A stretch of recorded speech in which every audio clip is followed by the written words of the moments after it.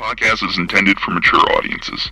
The views and opinions expressed are those of the panelists and do not reflect in any way those of the podcast partners, sponsors, or affiliates. Enjoy.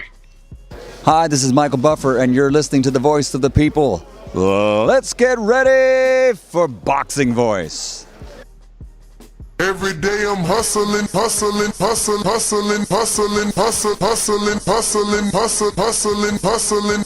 Every day I'm hustling. Every day I'm hustling.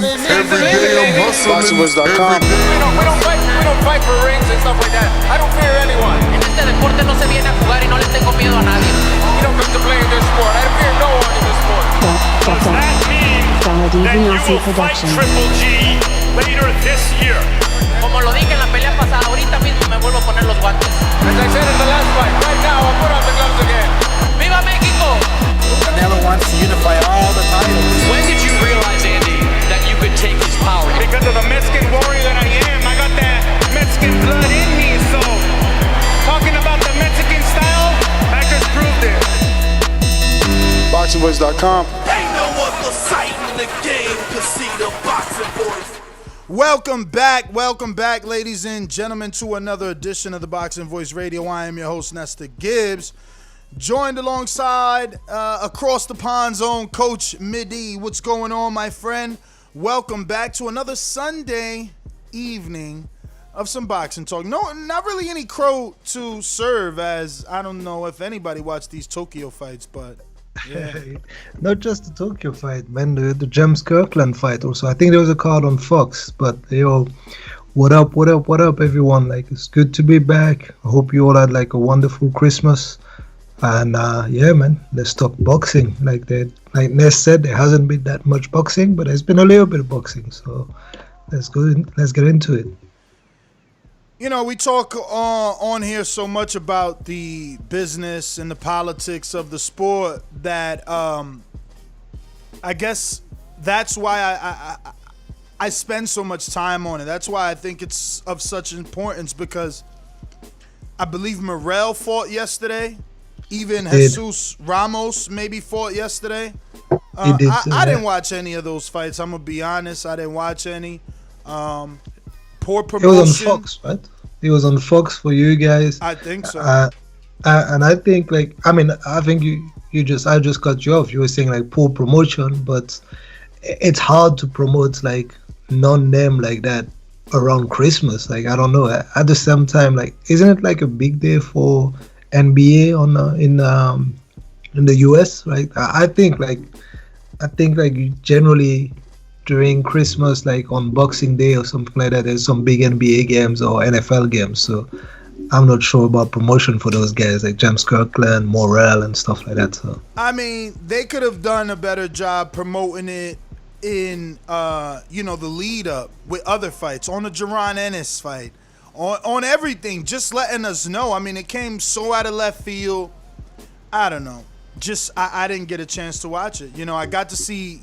Obviously, Instagram is really the killer of boxing, Yeah. Because I'm not going to go watch James Kirkland fight when I seen him get knocked out on Instagram in a 10-20 second clip. That's all you needed, apparently, right? That was like a first round, like, knockout and or stoppage, right? And Kirkland didn't look that great, but all you needed was on Instagram, right? That fight was so quick that, I woke up in the middle of the night. I wanted to catch up on it, and I opened up our group chat and I saw that the fights were done, and I was like, oh, okay. So, but yeah, like, Kirkland does look a little bit like a fighter that should not be in a ring anymore, man. Like, even that clip on Instagram can tell you that those shots went landing flush, right? They was just like, he's just not taking punches well anymore. He can't, yeah. And that's a sad sight, man, to see a fighter like that, man. Like, he shouldn't be in there, man. Yeah, I mean, listen, man, when this is all that you do and all that you love, it's hard to turn away from the sport. But Kirkland needs to work on becoming a fighter off television, fighting club level fights, not with guys that need his name to make a name. That's the money doing this, right? Yeah, like, so why would but you he's go? not ready. he's not ready. Like, no one's ever given Kirkland the soft route. Like, he's always had it tough. He's always took fights on short notice. You know, if they just coddle him for maybe 3-4 fights, let him get the juices flowing. But I guess not. Maybe he's just done. Yeah, no, I think that's what it is. At this stage in his career, like, you know, it's too late for the, you know, just building him slowly and just giving him the opportunity. At this stage of his career, he's a name. You know, and you have to remember, I think, like, you know, when he lost to Canelo, he had like a long layoff also, right? Was he coming off a prison sentence or something? But I think I want to say that this Canelo fight was, I don't know, 2015. And in between, I don't think he fought that much either. He maybe came back last year or something. So he's not like that fighter that, you know, wants to be in there. I think he jumps on opportunities for the money. That's what it looks like to me. And they can't really build him. There's no need to build him. It's exactly what it was yesterday. Use his name to I don't even know who's Juan. like one of the younger fighters, right? So, Who's Juan Macis Montiel? Is that like Fernando Montiel's cousin or brother? I don't know his family ties, but Montiel is like, you know, I think he's got like few losses, but I guess like, you know. Yeah, he's 25 wins, 4 losses, 2 draws, 22 KOs. And just for facts, he quickly stopped James Kirkland, who's also 34-3 with 30 KOs from Austin, Texas, dropping him 3 times and finishing the fight in just a minute and 56 seconds into the first round. So, you know, 54 seconds. No, actually a minute and some change, a minute and 6 seconds, you know, worth of fighting.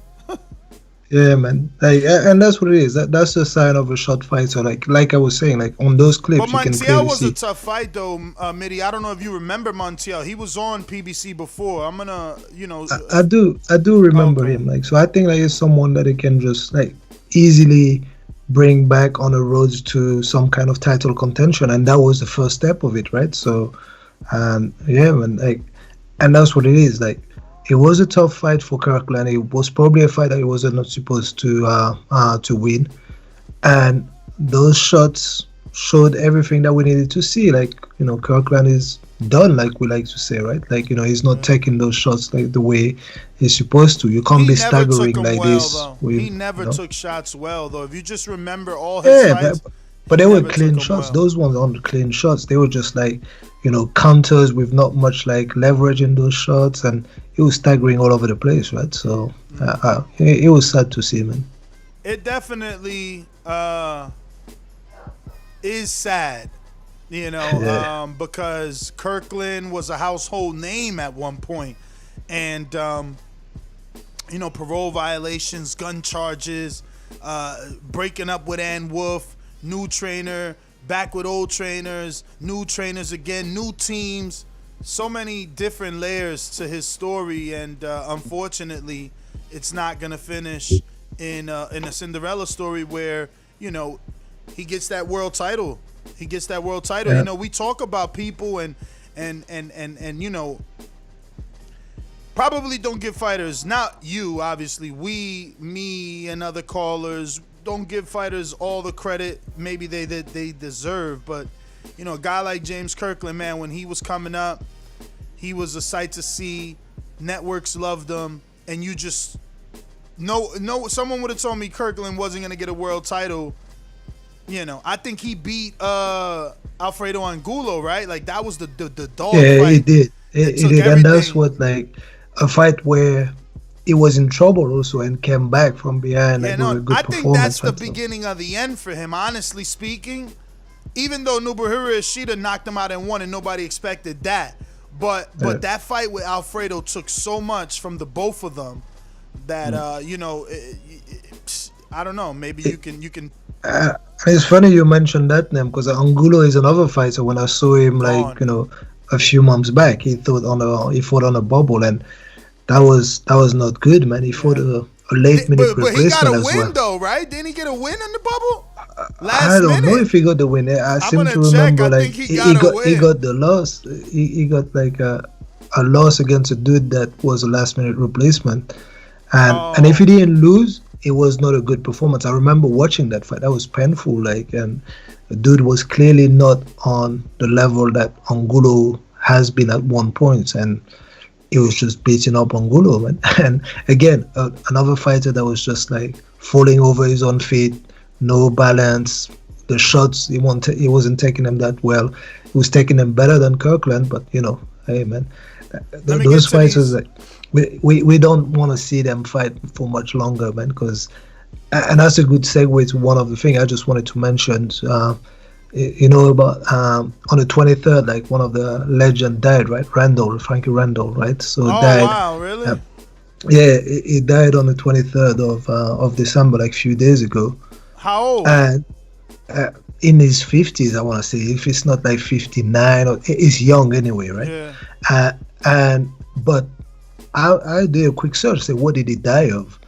And he died from, like they said, boxing dementia and Alzheimer. Oh, so, and if I looked quickly at his record, because all that we remember is like the first guy who gave like Julio Cesar Chavez his first loss. But then after that, maybe a few years after, he became an opponent to people, like boosting their name, right? And loads of like losses, lot of tough fights, I imagine. And that's what can happen at 59-year-old. You'll be like, suffering from Alzheimer and have dementia and stuff like that. So it's sad, man.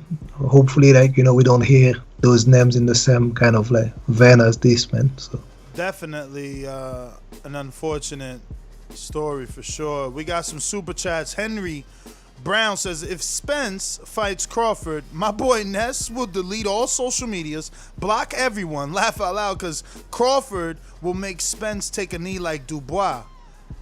Comes back with another one and says, almost forgot. Dipset, soo-woo. Imagine Spence taking a knee like Dubois. I mean, he would have to break that orbital bone, you know what I mean? Usually people that take knees is from that face being broke. Kelbrook, Dubois, Angulo. And Angulo kind of walked away. He turned his back, though, completely. Matisse against Postol or something? Matisse Postol, yes. Margarito didn't take a knee either. So Margarito and Angulo went out tough, but Angulo, he turned his back, and rightfully the ref stopped it, unlike the Pulev fight where they robbed AJ of that third round knockout. Count Drago says, Manny needs to vacate the WBA title. Ugas versus Virgil Ortiz should happen. If Ortiz wins, Crawford versus Ortiz unification on ESPN pay-per-view is sellable. I mean, but why are we doing Crawford favors? Why should Manny vacate to let Ugas and Virgil fight for a full title to only let Crawford unify? I don't know. Just seems pretty weird. Got another one late. Not much. It's just Mr. Bipolar, Matty Howard. That's so good, man. Like a UK guy, right? I can see the pound sign coming through. So shout out to you, Matty. Shout out for the love.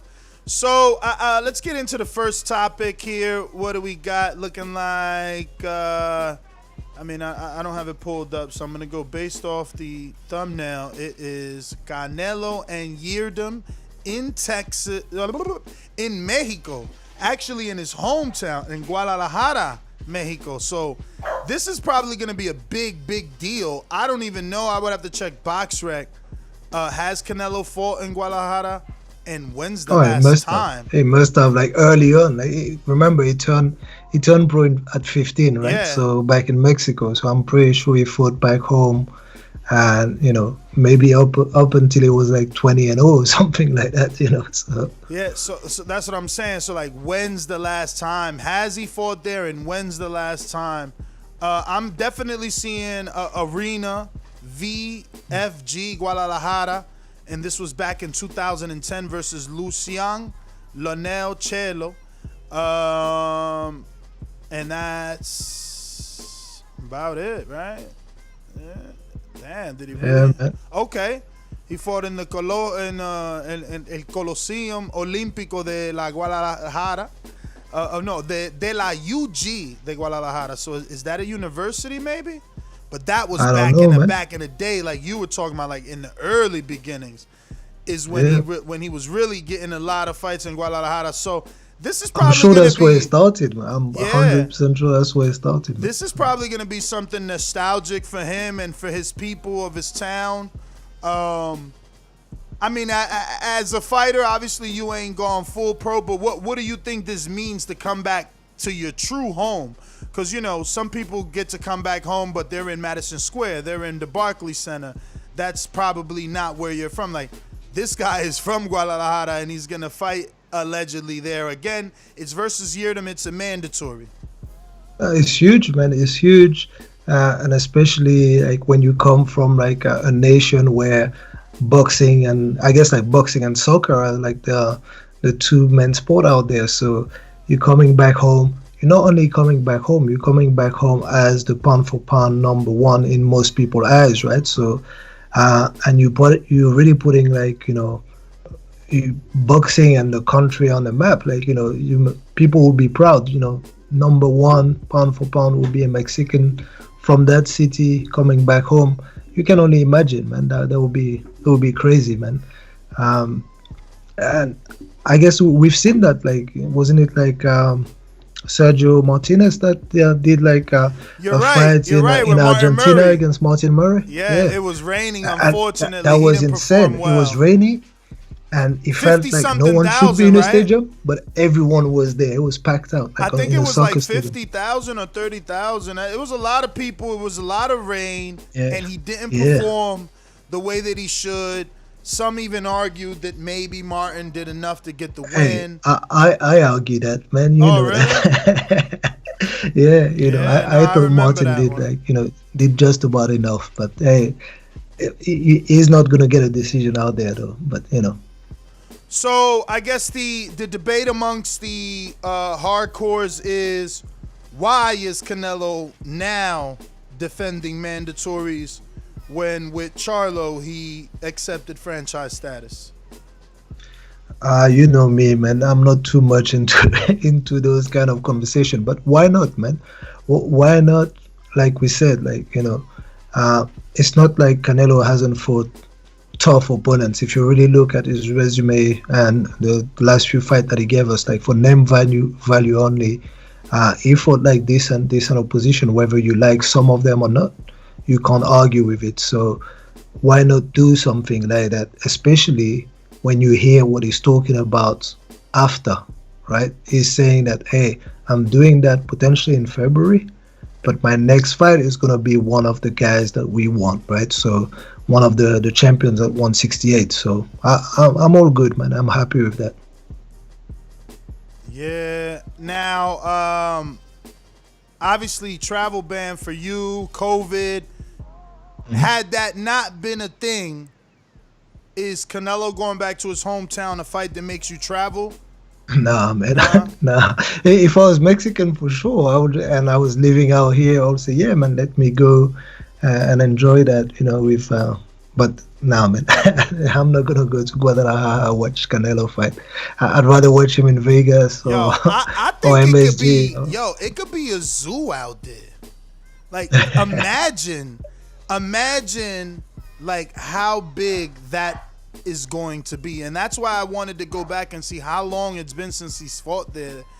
And, you know, 2010, he was fighting Choelos, and before that, Jose Miguel Cotto, not the real Cotto, the brother of him. So, I don't know, man. That's just what, 12 years later, 11 years later, you come back with all that power, man. He's somebody in this sport right now. I don't know. That could be real big, like parade status, you know. And that's all I'm saying. But see, you guys are used to that. Maybe that's why it's not a big deal. We don't necessarily have those big crowds and cheering. I love fans. that. Like a stadium atmosphere is nice. Like, I'm not gonna lie to you though. As a fan going in there, if I don't have like a ringside ticket, I would not go into a stadium fight, because you end up watching that on the screen somewhere, because it's like a 50,000 or 90,000 capacity. You're gonna see like two pins like somewhere if you don't have like a good seat, and those good seats aren't exactly cheap, right? So I would rather stay home. You know, I like to listen to the the corner work and all that. So you can only really get that from the TV coverage, right? So, but the stadium atmosphere is something else, man. It's good, man. You know. So, for me, I'm not mad at the mandatory, even if it wasn't a mandatory, even if he chose to fight Yildirim in his hometown as a tune-up. He's had a pretty tough schedule, in my opinion. You know, if you go back to the first Gennady fight, you know, Rocky Fielding would be the only unfavorable name amongst hardcores. Other than that, 2 Golovkin fights, and he was undefeated. Fielding, he had 1 loss. Jacobs, he only had 1 loss. Kovalev, you know, and then Callum Smith with no losses. So I think it's time for a Yildirim, you know what I mean? I mean, like, Oscar and Floyd, they mixed it up. They didn't go hard all the time. Hey, we spoke about that, right? We spoke about longevity of fighters and stuff like that. As long as they give you the good fights in the years, though, there's some fight that we're waiting for. Like, I'm not gonna lie, if he fights Yildirim and that's all he does, or he just picks up another Yildirim type of opponent in September, that's not gonna be good enough. But if he picks up Yildirim and the next fight in May, usually that's what he does. He fights in May and say for Cinco de Mayo. And if he fights one of the champions there, a Caleb Plant, like, you know, Billy Joe Sanders, I'm good with that, man. Why not? You know, that's 2 fights in 5 months, or 3 fights in 6 months if you include like the one in December. Who does that? Who, you know? Yeah. Who have you seen out of your favorite fighter? Give me one of your favorite fighters who fought like 3 times in 6 months. And with 2 decent names and one soft touch. I can't even name another fighter on this level that's fought 3 times in 1 year. You know what I mean? Like, that's just difficult to do. We got a super chat from Daniel Vega. He says, Ryan Rhodes in 2011 was the last time he fought in Jalisco. Then Mr. Bipolar Matty Howard says, the Fury AJ fight, not going to happen. I hear you, Mr. Bipolar. I hear you. Some believe actually that one is going to happen, you know? We don't know, man. We know when it get announced. I guess like there's a lot of like noise saying that it might happen. But the people that are most interested in that are saying that they don't know. AJ is telling you he doesn't know, right? So, and Fury also hasn't said that he's confirming it or anything. He's just saying that, hey, you know, he wants it, but he didn't say, yeah, it's happening, right? So I'm ready for something to happen, to be honest with you. We need another big fight. This was a pretty good December, so I'm spoiled. You know, you got Errol on the 5th. You got AJ on the 12th. You got Canelo on the 19th. That's kind of unheard of. That's a stellar month. So, and you're getting Ryan Garcia like in January, right? On this Saturday, right? Oh, like, wow. This coming Saturday, right? So next week. That's an interesting fight. Yeah, I don't know. Garcia Campbell, so not bad. Tough fight for Ryan, man. That height of Campbell, are they evenly matched in terms of height, or is Campbell slightly bigger, right? I want to, you know, just without knowing the exact stats, I want to say that Campbell is probably a little bit taller. Yeah. It looks like, but Ryan is not exactly short either, right? So Ryan is a decent size. Ryan is decent, and he's been with the Canelo team. He's bulked up, you know. He's confident. He's a little more seasoned though. Campbell's, you know, obviously with the loss to Lomachenko, you learn things there. Did he lose to Linares too? He did. Oh wow, damn. Yeah, he lost Linares. So he don't got power. Loma. So Campbell don't got no power. Then he can. Did he drop Linares? He didn't drop Linares. No, he came off. He came off. Yeah, he got dropped, I believe. Yeah. Wow. Yeah, that's well, all right. I wonder how good Ryan can look. So that's 2 common opponents.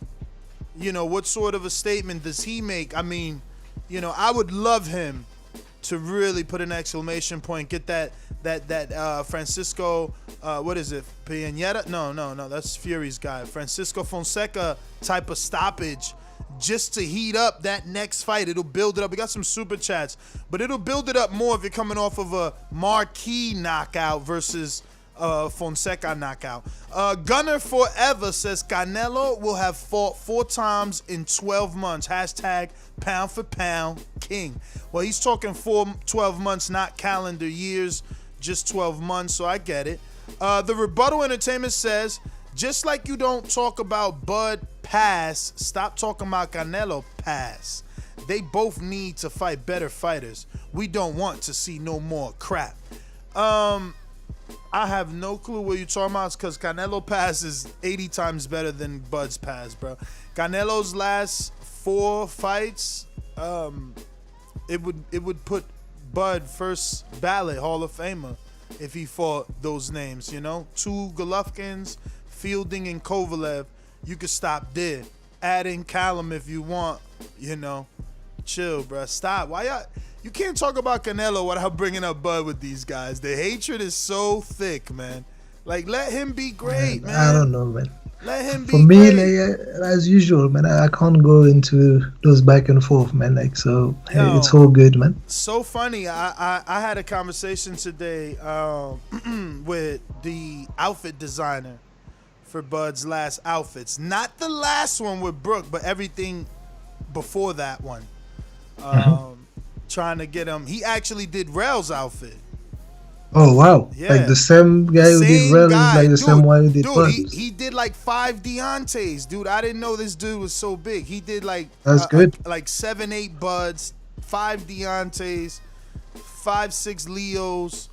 Oh man, he's done a lot. So listen, Rel's outfit was fire, man. Yeah. I really liked it, man. It was nice. Nobody recommended that category. I put suggestions for cat. No one said outfit of the year or anything. Is the only one so. And he had 2. He spent money first time with the he did it Kobe, twice, with the Kobe tributes, right? And now with this one. So yeah, shout out to. Aguilera custom professional boxing outfits.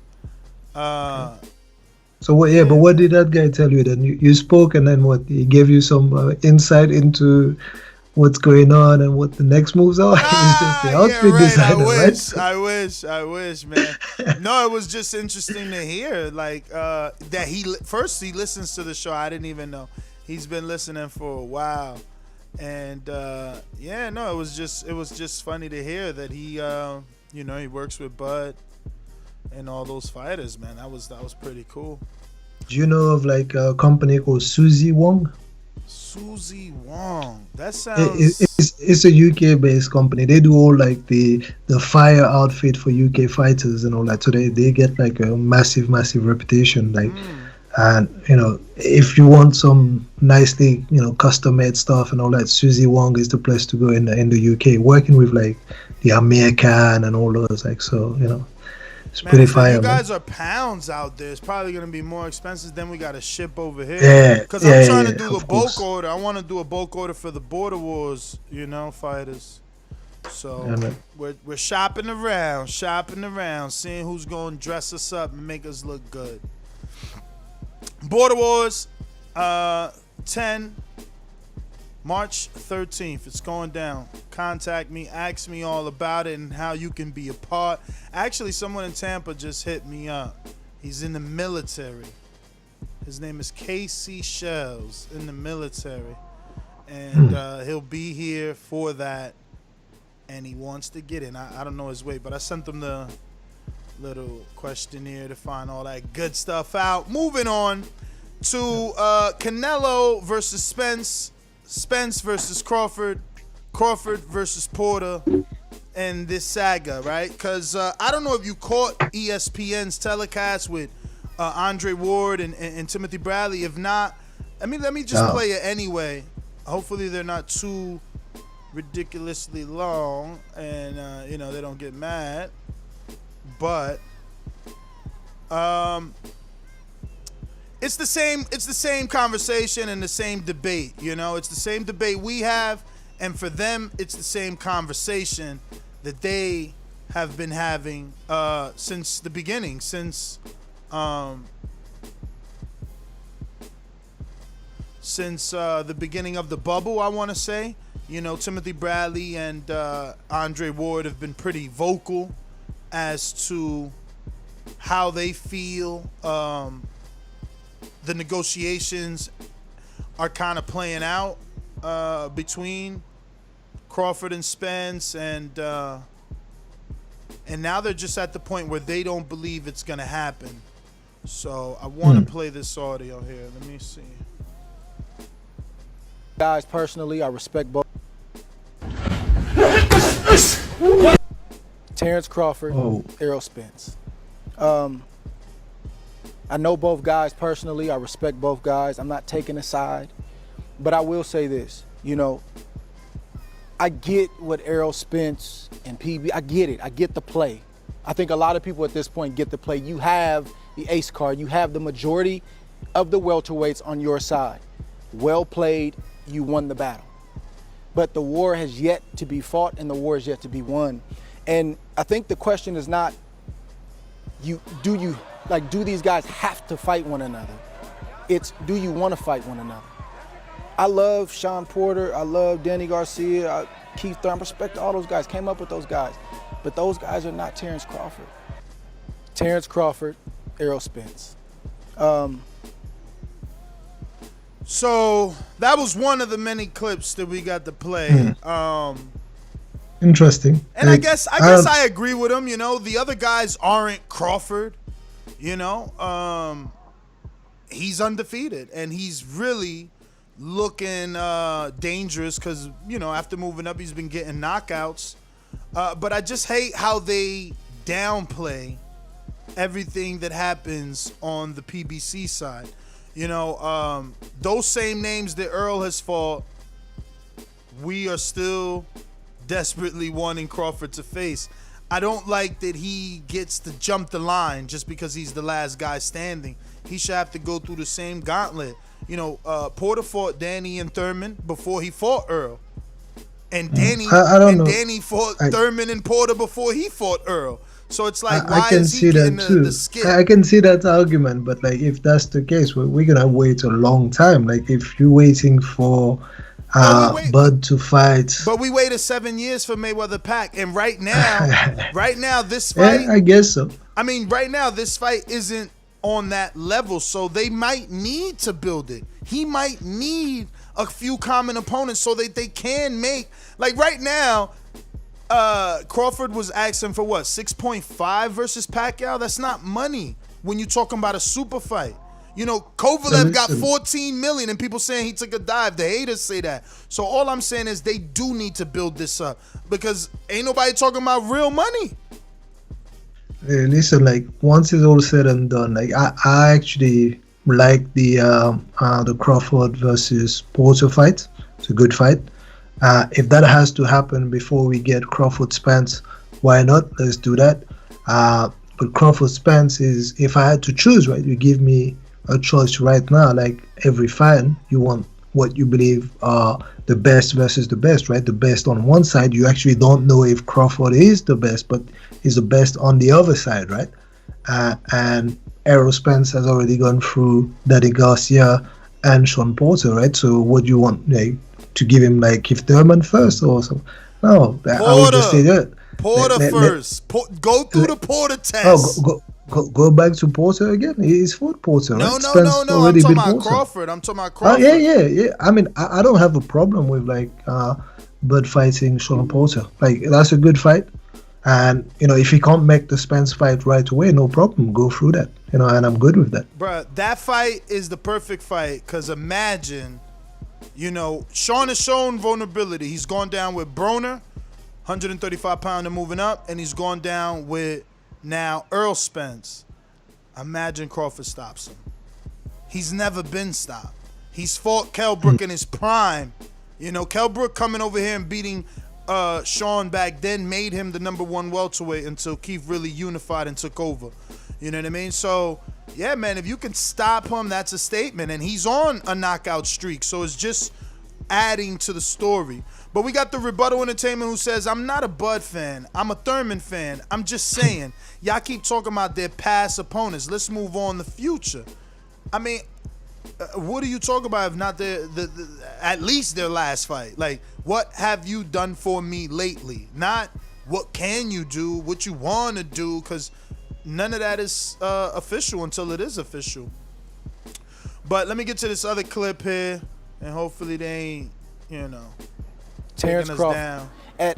At a certain point in time, you put the politics aside and you put the business of boxing aside. I'm not saying don't go get your money, but you tap your guy, your representative on the shoulder and say, make the fight. Now let's get as much as we can get, but make the fight. That's where I think these guys are at right now.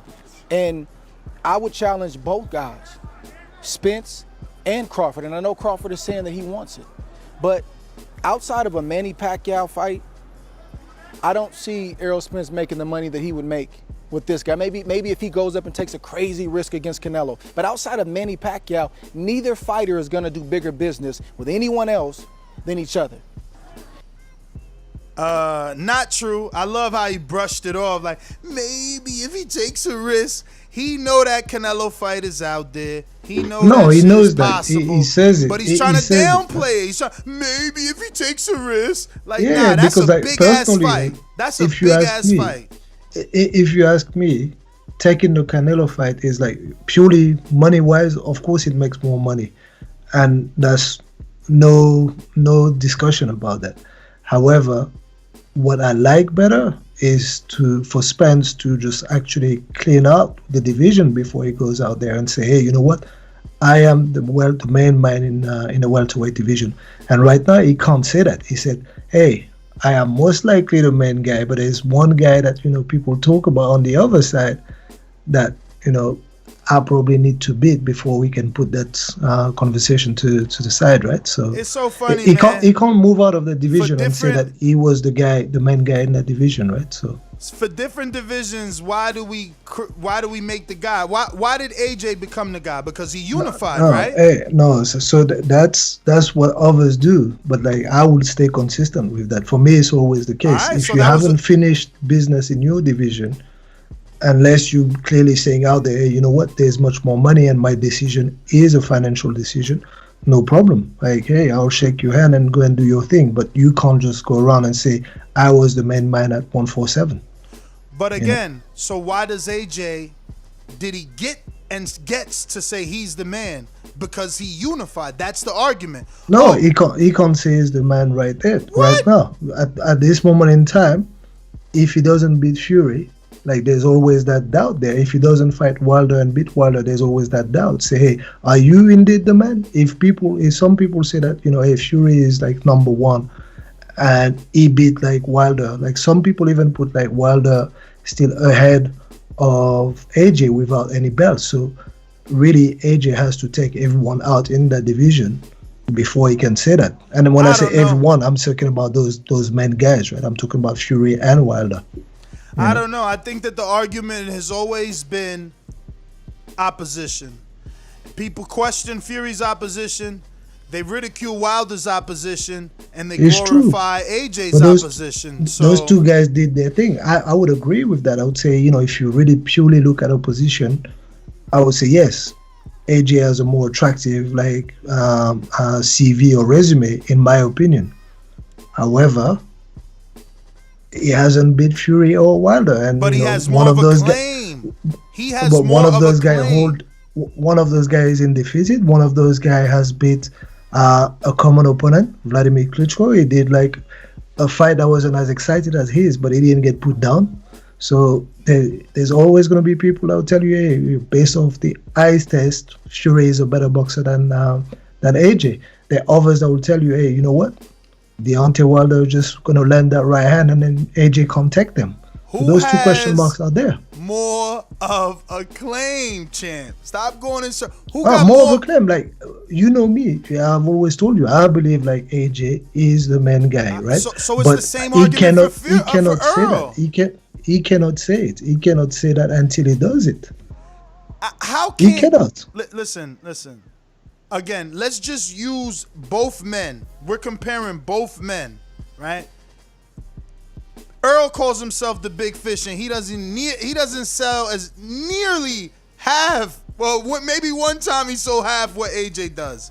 All right. Forget selling. No, I'm because not in that's the business part of selling it. tickets. That I'm is talking part boxing. of it. You can't say forget selling. That's fine. That's but the like reason in my Triple argument, G got to fight in with my Canelo argument, because he could sell in 2 regions. Yeah, in my argument, I'm talking like who is the best guy in the ring in the division, and you cannot just call yourself the best guy in the division if you haven't beaten all the guys in the division. The better guy in the division is the one that's been beating more of the guys in the division. Okay, if that's your stance. Like Fury has done something like we've been calling for the AJ Wilder fight for how long, and we've been saying that this is number 1 and number 2, and they're interchangeable. You can put them there and there. Fury has come in and has done something that AJ hasn't done because he hasn't had a chance to fight the guy. So I cannot tell you categorically that AJ is the main man in the division. He is the guy because he hasn't fought those guys. I believe he will do it, but it's speculative, man. For Fury, it's different. Even AJ said it. There's drama surrounding both his biggest wins. You know what I mean? AJ, there is no drama. That's his problem. That's what he has to say. But it's the truth. Callers call in until this day. They still talk about Glovegate and Watergate and the suits. Hey, so you don't need to convince me who's the best. You don't need to convince me who's the best role model, right? Like my champion or the champion that I would like to see is definitely AJ as like a person that will represent boxing and all that. I am on his side, right? But at the same time, I can't be like all like biased and say, hey, you are categorically the man because I like you better. We need to see that fight. If he loses to Fury, what you gonna say? That he was the best man but he lost to Fury? I just don't understand why the argument changes. I was around for the Wilder AJ debate. It doesn't change with me. It does. It does. No, Allow me to explain. Wilder was Crawford in that situation. Errol is AJ in that situation. Wilder wanted to fight. Crawford wants to fight. You ain't did nothing. Wilder ain't did nothing. Allegedly. I wanted the fight to happen. I wanted that fight to be next. But the argument is still my the argument same. was still the same. The that argument fight was needed still to the happen. same, man. The argument was still the same. And now, when Wilder was forced to go fight Luis Ortiz, forced to go fight Tyson Fury because he quote unquote didn't do nothing, people just elevating Crawford to the shot. They're shaming Errol into taking the shot. Whereas with AJ, it wasn't like that. That's all I'm saying. I'm just saying two situations he has to take exactly the same. Two guys unifying, 2 guys selling out, 2 guys being the star, and only one guy having to give a handout. AJ didn't give out no handouts. He didn't give out no handout. He offered a flat fee 2 times. No one, but that's what I'm saying. Why is it changed now? For Wilder, it was, he's not known. Go do something. No, it this doesn't. guy actually got failing pay-per-views, though. Listen, but this guy's actually got failing pay-per-views. He's actually got failing. So it's like Wilder couldn't. He didn't deserve it. Meanwhile, he actually did pay-per-views, right? And it was successful. Listen, it's just all those where the so promoters talk and the fans wanted that fight to happen. The fight were there. Like you talking about callers that come in, and that's what I always just say. Like you know what, like callers and they always talk about things that they are not privy to. They love talking about the business side, and they all have their theory about what happened and all that. No one knows, and people love talking about the shit that they don't know about. That's curiosity. They want to say, yeah, you know what? Hey, I know something about something. You don't know anything, man. You don't know that those guys that pretend to have beef actually are sitting around table and just drawing up contract in a civil way and shaking hands and all that. So that's all good. That fight, as a fan, we wanted that fight to happen. The business side and people talking about the business side became just an argument for someone in a chat or something to say, oh, you know what? I won the argument and I know something about boxing. That's not what I'm interested in. I want to see that fight. I wanted to see AJ versus Wilder. That didn't happen. When Ruiz derailed that fight, that was bad. I was like, hopefully, my hope was we would get that after the Ruiz fight.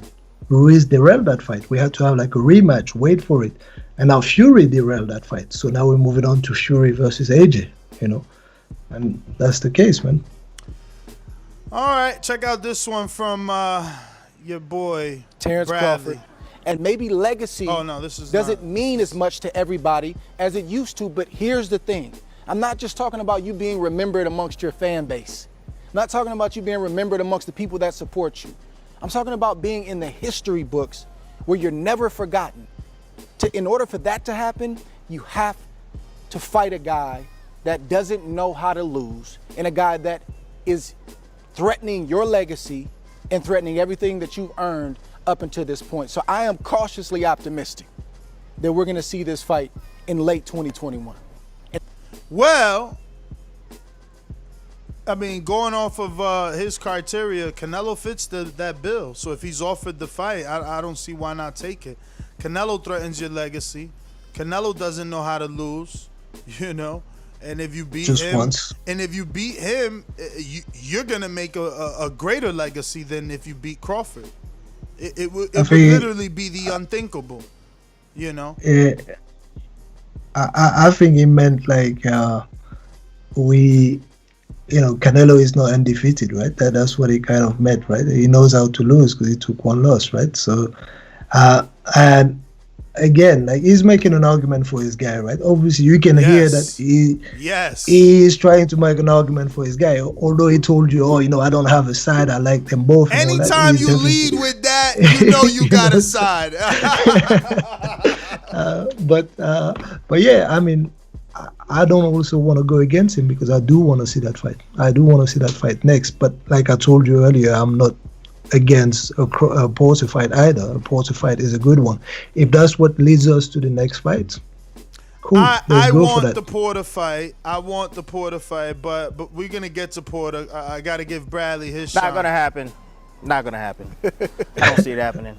Why would you go up north and face Canelo, but you won't face Terence Crawford in the same weight class as you? Thank you. That's a money thing for him.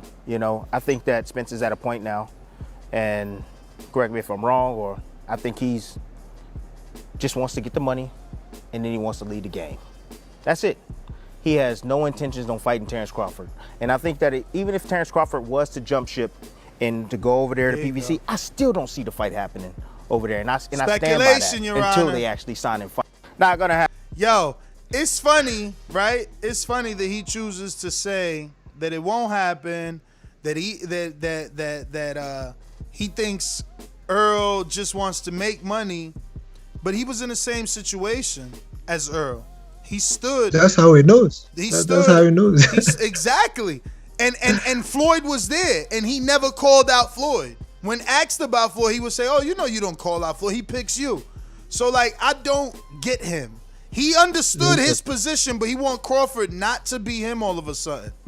But listen, I agree with him in a sense that he says that he's taking the Canelo fight for the money, and that's normal. That's okay. But I don't know if he knows for sure that he doesn't want to come back after that fight and if he wants to retire. That's why I'm just saying that, hey, that when you said speculation, for sure, that's speculation. We don't know what his intentions are. Maybe he wants to come back again, but Canelo doesn't threaten your legacy because you go out there, you lose against him, and you say, hey, you know what? I dare to be great. I just jump 2 division or whatever, like others have done, like a Can or whatever. No one will hold it against you losing to Canelo when you just jump 2 division to go and meet him. So that's why it doesn't threaten your legacy. But where Crawford does threaten your legacy because you lose to a guy at 147 and all of a sudden you're not the guy anymore. If you said that, I'm the guy, but then I'm losing to another guy in my own division, you're no longer the guy. So I understand their arguments, and they are definitely just campaigning for Crawford, and it's normal, them being friends of his and for ESPN and all that. I do want that fight too, but I'm going to say it again. If it has to go via Sean Porter, why not? Let's do this. See, this is where I want Terence Crawford and his fan base and ESPN not to be hypocrites, right? So, Kell Brook moved up, right? And you spoke about how if he moves up to fight Canelo, it won't threaten the legacy. I completely disagree with that. In the sense that if we use history in Kell Brook's situation, no, I'll agree with you. Let's say Gennady didn't ruin his legacy, so to speak, because we did give him a pass. But Gennady ruined his legacy because that fight, for most of us, was the point where we believe the beginning of the end. Exactly, right? So now, Yeah. hold on. So now, hypocritical Terence Crawford moves on 10 years later to face Kell Brook and say that that was a better version of Kell Brook than the one Errol faced. So, hypocritical Terence Crawford fans should relax, let Errol face Canelo. If he loses like Brook, let him face Crawford the way that Brook lost and faced Errol. And if he gets his face broke, well, remember that he's still okay because so was Brook when Crawford faced him. But hey, listen, like, we all know what fighters are doing, right? So when, and I don't know if you said it, but I'm going to take your word for it because you're into those arguments and those debates. Like, so if Crawford said that Brook was a better version of the one that faced Porter, it's not possible, right? We all know that. We know that that makes no sense, but that's what you have to say as a fighter to build certain things, to build some animosity and get closer to certain fights. No problem. But to the point that you made around like moving up and then getting hurt so bad that you hurt your legacy in a way that you aren't able to go back down and compete at the level that you were competing in the past because of an injury, is possible. And that's what Bradley is saying. He believes, in his opinion, that Spence wants to go out there against Canelo and retire after that. So, and that's what is what. That's when I say I'm not convinced that's what Spence wants to do, but that's also a possible scenario. That's what happened with others. That's what happened with Can going out there with Canelo. That's what happened to Brook. They're still fighting, but they're not fighting on the same level anymore. They took like a damaging loss for their career, right? So maybe he's saying that's what Spence is planning to do. Collect a big check, and if you get hurt, that's it. He's going to retire. So moving to the Porter side and aspect of it, Sean Porter is soon to be called the mandatory. The mandatory hasn't been called yet for the WBO and also for IBF and WBC. He came on the Last Stand podcast with Brian Custard and did an interview, and obviously had a lot to say. Spoke about the Crawford fight and the fact that he doesn't mind taking it. And I quote, I'm like, damn, man. All right, I'll fight him. If nobody will, I'll fight him. You know, with me, it's 100% the competitive spirit that I have and the willingness to fight someone who a lot of people feel he's feared and a lot of people don't want to fight him. Really, the only thing preventing me from fighting Terence is the fact that he and I both haven't said yes. If he's willing to say yes, the fight will happen. So, so with that yes, Bob Arum and Terence Crawford said that Porter must take 25%.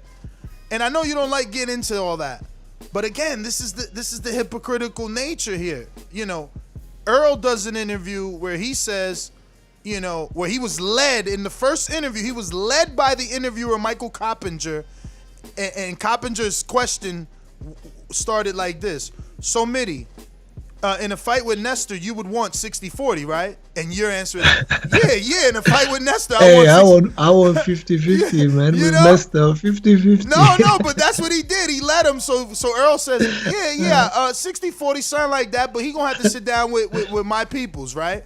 Then he comes out again on Dazn, you know, and he says the same 60-40, but now he throws 70-30 because the last time he said 60-40, Crawford had things to say on his social media.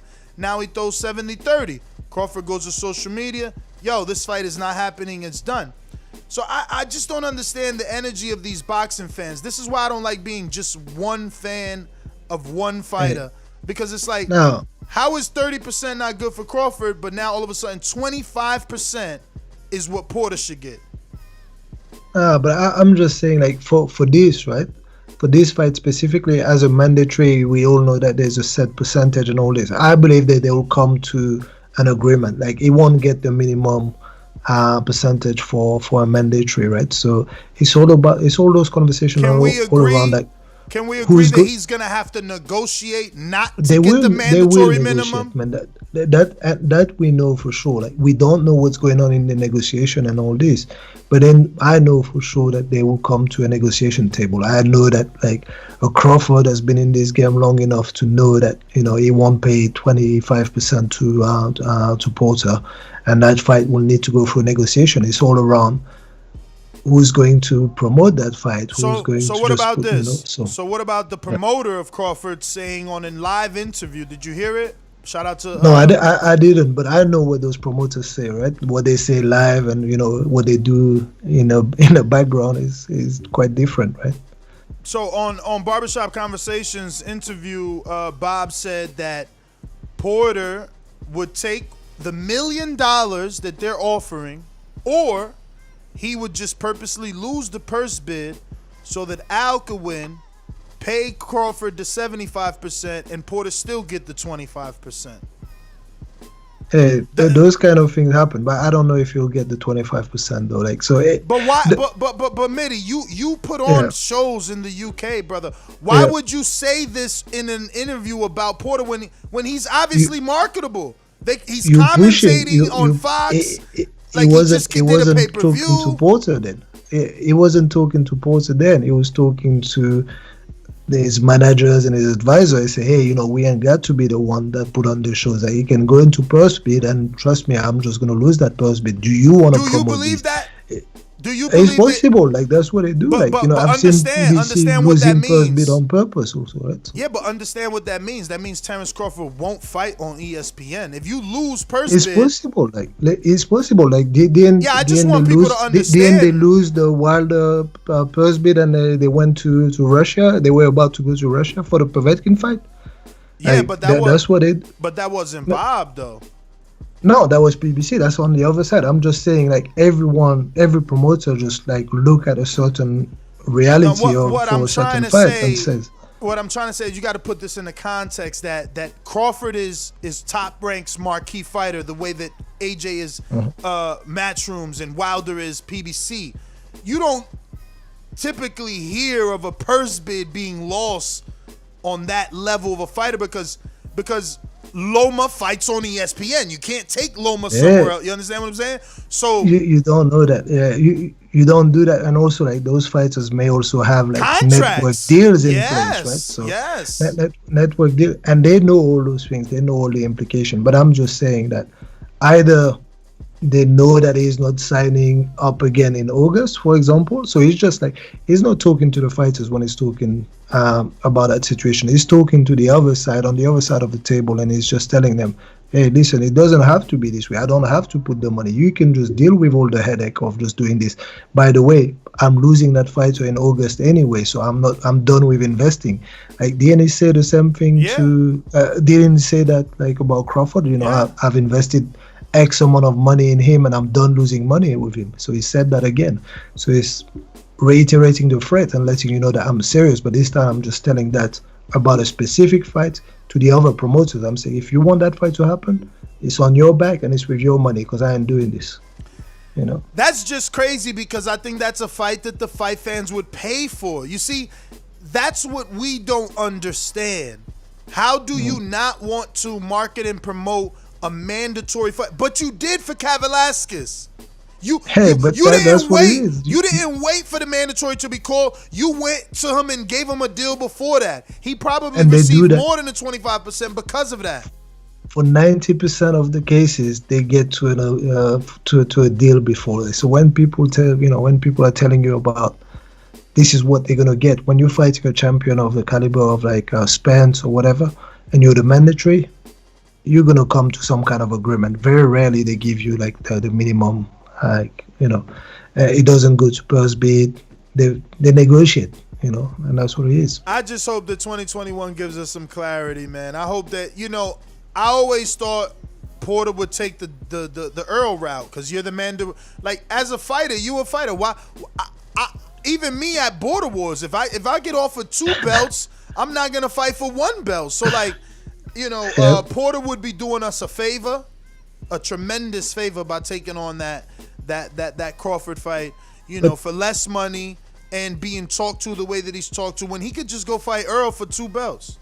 I heard that Crawford contacted the WBO and asked to activate his mandatory. Is that something that is out there for everyone? I don't know. I haven't seen a link of that. I ain't see that on Boxing Scene either. Let me double check it though. You never know. I mean, in other conversation, right? So I don't know if I didn't see anything official and all that, but this was like similar type of conversation that we're having, like people debating on what needs to happen. But Crawford seemed to have activated his or asked the WBO to activate his mandatory, and that's Porter. So Porter needs to turn around and say, yeah, okay. That would be good because guess what? They did that for Velasquez, so get the ball moving. This way, you could get that fight out the way and be free for any future negotiations. But that's about it on that, little saga that is those 3 men. I think Canelo's a real option. People don't believe that, but this year, 2021, Canelo is gonna have his hands full with Yildirim, which we spoke about earlier in the show, Billy Joe in May, and they're gonna finish off Golovkin in September. Which simultaneously, Errol, right? He's got mandatories of his own with the IBF and the WBC. Neither have been called just yet, but there's the Pacquiao possibility out there, and plenty of other PBC welterweights. There's rumors of a possible Keith Thurman fight, and he only fights twice a year anyway. This time only once, but in 2021 we want to hope that he fights twice. So I think that 2022 Canelo Errol fight still lines up. He said he only has about 2 more fights left at welterweight anyway, so that is 2021. If they can do the Crawford and Thurman, or Crawford and Pacquiao, or Pacquiao and Crawford, or Pacquiao and Thurman, because it's only going to be 2 more. In my opinion, that's my educated guess. I believe that Canelo Errol becomes more of a thing end of 2021, mid 2021, when people start realizing that those 2 are kind of like headed for each other. Hey man, if that happens, that happens, but that's not consistent with what Canelo said. I would like to see him do what he said about the 168. He said he wants to fight the champions there, collects all the belts, which makes sense. And the same way I'm asking him to do that, the same way I'm asking Spence to do the same thing at 147. That should be their focus mutually, right? So one just go and do your thing at 168, and then the other one do your thing at 147. The only fight you got to take out is the Triple G, and put in Keller Plant, and it would be the last belt. Yeah, Plant, exactly. So you just Plant. So if that happens, realistically with a schedule, to me it's more 2022 fights once they've both done whatever they need to do in their division. If they do that, I have no problem. And that's what I'm saying. For Earl, the possibility of Crawford, Pacquiao, Crawford are options for him, but I believe 2021 is his last welterweight year. If they don't get it done next year, I think he's moving up. 2022. Okay, that's good. Hopefully we get that fight in 2021 then. He's done enough interviews. I mean, even though I guess things could change, and this is kind of your forte. He did say after this fight with Danny that it's time to get a nutritionist. I can't believe at this level. I can't believe he didn't have a nutritionist. I don't understand how they don't have. It's surprising, and it's quite cheap also, right? So it's not like I don't think it's like a monetary issue. It's just I guess he felt like he was in control of his environment, right? He was happy with his strength and conditioning, doing it himself. He was happy with his nutrition, and what got you there. If you're happy with it, then you keep doing the same thing. But at that level, it's all about marginal gains, right? So I don't understand why either, right? So strength and conditioning and nutritionists are cheap for those guys, right? Yeah. So very cheap expenditures, man. Would be interesting to see if he can squeeze another 2 more fights by adding a nutritionist. You know what I mean? You learn how to eat better. You know, you eat right, and you can definitely stay there longer. But if not, 2 fights, I think, and he's done. Like what they'll do, they'll just do a lot of tests on his body, and they'll be able to tell him that, hey, actually, yeah, 147 is the best division for you, or yeah, you've been killing yourself and it doesn't actually make sense. You should be at 154. Like, so all on those tests, if he's never done that, body composition, all those kind of things, he should get the answers. I'm surprised he's never done that. Like, he should, you know, have done that at some point in his career to know if 147 is the best division for him. Moving on to the heavyweight division, Oleksandr Usyk did an interview with the UK Sport or something like that, and he says he wants a shot at Wilder. Obviously, he says that there's a lot of guys I would like to fight and be happy to fight, like Deontay Wilder. Now, this is not the first time that he's called out Wilder or insinuated that he would like a matchup with Wilder, but people seem to get excited about the prospect of this fight. I do not understand why. I hate to break it to Deontay Wilder haters. He's not as bad of a boxer as you guys think. I think that Usyk will be undersized, undermatched in terms of strength, let alone punching power. I maybe there's a world where he can stay away from Wilder, but I just don't think he can. You know, he doesn't have the build of a Fury to keep Wilder off him. And so, I mean, is he just gonna circle the ring, jabbing? I think he will. I think he will circle, right? He will use his footwork. But like, to me, the only thing I'm not necessarily agreeing with you is like that would be undersized, right? If there is anyone out of, like, you know, Fury and Joshua and Wilder, Usyk would want to go against Wilder purely on a size front, right? Because what Wilder talked about in the past, like, you know, wanting to give cruiserweight a shot. I think that was like back in 2018, where he was saying, you know what, I'll unify with AJ, I'll get all the belts, and then I'll even go down to cruiserweight. So Wilder is not the biggest heavyweight, but I've got to keep the same energy as I had with you earlier, right? So I believe that the fights that we need to see are still between that trio, right? So I want to see AJ Fury, AJ Wilder. Those are the 2 fights that I really want to see before we kind of bring like a new player like Usyk in that division, right? So once we're done with those fights and Usyk's done a bit more, then no problem. We can have that fight if he wants. But yeah, for now it's all about getting undisputed and getting the Wilder fight also. Yo, Big Supermax with the super chat says Bradley, aka Top Rank, lather, rinse, repeat. Lather, rinse, repeat. Yeah, because he is the same old story with him. It's like, yo, look, we got a few minutes of airtime. Can you guys go out there and just bash Errol Spence? It's like, okay. Yeah. But anyway. But I mean, like, Usyk has to do that, right? If you Usyk, that's what you're gonna do. You want to put your name out there with like the top guys. So you're gonna keep calling out the top guys. You're gonna say, hey, I want AJ. I want my WBO shots with AJ.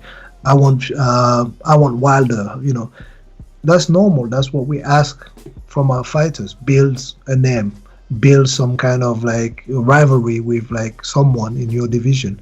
And he chose like 2, right? He talked about AJ and he talked about Wilder. Like, soon you'll have an article in a few weeks talking about Fury, I'm sure. But you know, yo, you think that Wilder and AJ actually happens? It can happen. Like, imagine, like, so why wouldn't it happen? Like, so AJ right now is in his narrative saying that, hey, all he wants are the belts, right? So let's say he gets his fight with Fury and let's say he wins. Where'd you go after that? Well, you finish your career, that's it, you're done? No, he's still like young enough and there's still like people out there. I think like Fury is closer to retiring, saying you say I'm done with boxing in the next year or so. Whereas like AJ is still there for the long haul, Wilder is probably still there for the long haul. So why would they not fight with each other? Like that makes sense. I mean, like, it was so hard to negotiate the first time. I just don't even. It's gonna be even harder. But at this point, like, because especially if we're saying that, like, and we're learning, man. These guys are very proud. But that has to happen. Who's around them? Yeah, but look at Ronnie Shields and the Charlos. They won't give Andre the second shot. Like some people I don't just. know, man. Like, hey, I don't know. Like maybe Ronnie could have explained why, except from saying that it's about respect, right? Because I don't believe that. I think if he knows a clear path to victory, he would have said, "Yeah, let's do that." He believes that it's a tough fight. Maybe, I don't know. Like that could be one of the more possible explanation rather than saying that it's all principle and all this. I'm not so sure, man. But that fight needs to happen though. Like the heavyweight division still has like those guys will still be there for a few years, and there's not that many guys with names like them, right? So they need each other. Like once Fury is gone, what are you gonna do? You're never gonna fight Wilder. You're never gonna fight AJ. That's gonna be lame, man. Well, they got enough guys on either side. I'm telling you, man. Hey, listen, if let's say Fury beats AJ and retires, and AJ rebuilds, he's got enough guys. That's probably the best option, right? So like the best option for the Wilder fight to happen would be, let's say the next fight is AJ Fury. AJ loses, for example, and then Fury retires. Then you have all the belts for grabs, and I'm sure that Wilder and AJ will find a way to come to the table and shake hands with a respectable deal because they will need each other. I don't want that to happen. I see AJ winning against Fury, but again, we don't know until it happens, right? So for sure, I just can't believe that you think that Usyk somehow would. Dan, you said circle Wilder. He would. I mean, that's his plan, right? Do you think he'll win though? I mean, I don't know. I think he has a chance of winning. I don't know if he's gonna win though. Like, I don't know if he's gonna win. To me, it's again a fight. Like until you see how Usyk reacts to the power, you won't be able to say. If Usyk somehow has like the greatest chin and is able to deal with the power, then he can find a way of winning. Like it's not like we haven't seen Wilder not getting outboxed by lesser boxers, right? So, and losing rounds, right? So, yeah, that's true. It's all down to the power. It's all down to the power. Spilka won some rounds, but that's the same thing. The same thing could be said about Usyk. Like, Hunter and other guys have touched Usyk, so Wilder's powers is slightly different than those guys. Which is what I'm saying. It's all down to the power. How can he take that power? If he can't take it, then he might win 4 or 5 rounds. That's all good. But if you're gonna win 4 or 5 rounds and then get put to sleep in round 6 or 7, it makes no difference, right? So I don't know, man. I mean, he didn't look special in the Usyk versus Chisora fight, and Chisora. And Chisora isn't Wilder, right? Where Wilder has a longer leg stride, so he cuts distance better, longer reach. He's taller, so many different things. And then the power Chisora factor. has a different type of pressure, considering like that power. Chisora has a very different type of pressure. Like Chisora will just like, I want to say it's crude. His game plan is very crude. Use your feet, kind of quick, bob and weave side by side, side to side, and then be on your chest as soon as he can, right? I don't see Wilder operating in that way, so that could be different. Wilder does tend to like to counter you as well, like let you come in and then just meet you with that right hand. So I think it will be a different fight. But yeah, Usyk didn't look great against Chisora, and it didn't look like he could handle the size in the clinches, right? So that could be another aspect of it. Like, let's go in there in the clinches and see what he can deal with. Super chat from Jaime, who says Charlo don't want to fight Andre. He's making excuses because he knows he could take that L. Stop sitting around waiting for Canelo. Yeah, man. man. I mean, that's what 2021 needs to bring us, man. The Charlo Andre push, man. Hey, you know, I got the same energy. You see, I got the same energy with the welterweight division. Like, yo, what you did? Yeah, go fight somebody. Same thing for Charlo and Andre, man. I'd like that fight too, but like, hey, you talked about the Brian Costa podcast earlier. I caught up with an episode he had with Gary Russell Jr. That was a good episode. Like, just like I liked it. To be honest, I liked the way Gary Russell spoke, and everything he said made a lot of sense. Obviously, you can dig in and try to read in between the lines or with a few things that he said, but that episode was cool. And I actually do want Tank versus Gary Russell next year, man. I always wanted that. Listen, Gary has been coming for Tank for years, man. Tank just completely ignores him. You never see Tank make a video, a clip, nothing. Like, he just completely ignores Gary, man. That would be good. They're from the same area, right? They're from the same place in Baltimore. I like what he said in that interview too, because he let me be great. I want to challenge myself, and it's true. You know what I'm saying? Everybody else could say they want to move up, and we get. But I don't know that. For me, that part of the interview was not a good one, because it's a fighter that tells you that, you know, I can fight 126, 130, 135. Hell, but I can even go at 147 or meet you in the middle and stuff like that. I don't know, like that part I'm not too much of a buyer. The same thing I'll tell you about like Spence. Go and do what you're doing in your division before you just go and talk about the crazy fights, man. But it sounds good, but I don't know, man. It's not that attractive to me, man. Yo, Khan never gave us the Brook fight, man. You gotta do what's right for you and your family, man. You understand? Yeah. That Brook Triple G was $4 million guaranteed plus pay-per-view upside, man. In the That's UK. True. In the UK. And that's what the media knew. Imagine what the real deal looked like. But then you can't talk about legacy. That's what we're saying. We're just going to be talking about, yo, I'm good. My family is good. We've got money. And that's what's important. No, that's just you being pessimistic, because because in your hypothetical of the conversation, you're assuming Earl is losing. I'm assuming he wins. So his legacy ain't broke. His legacy's not done with the Canelo, because if he beats Canelo, he is legacy.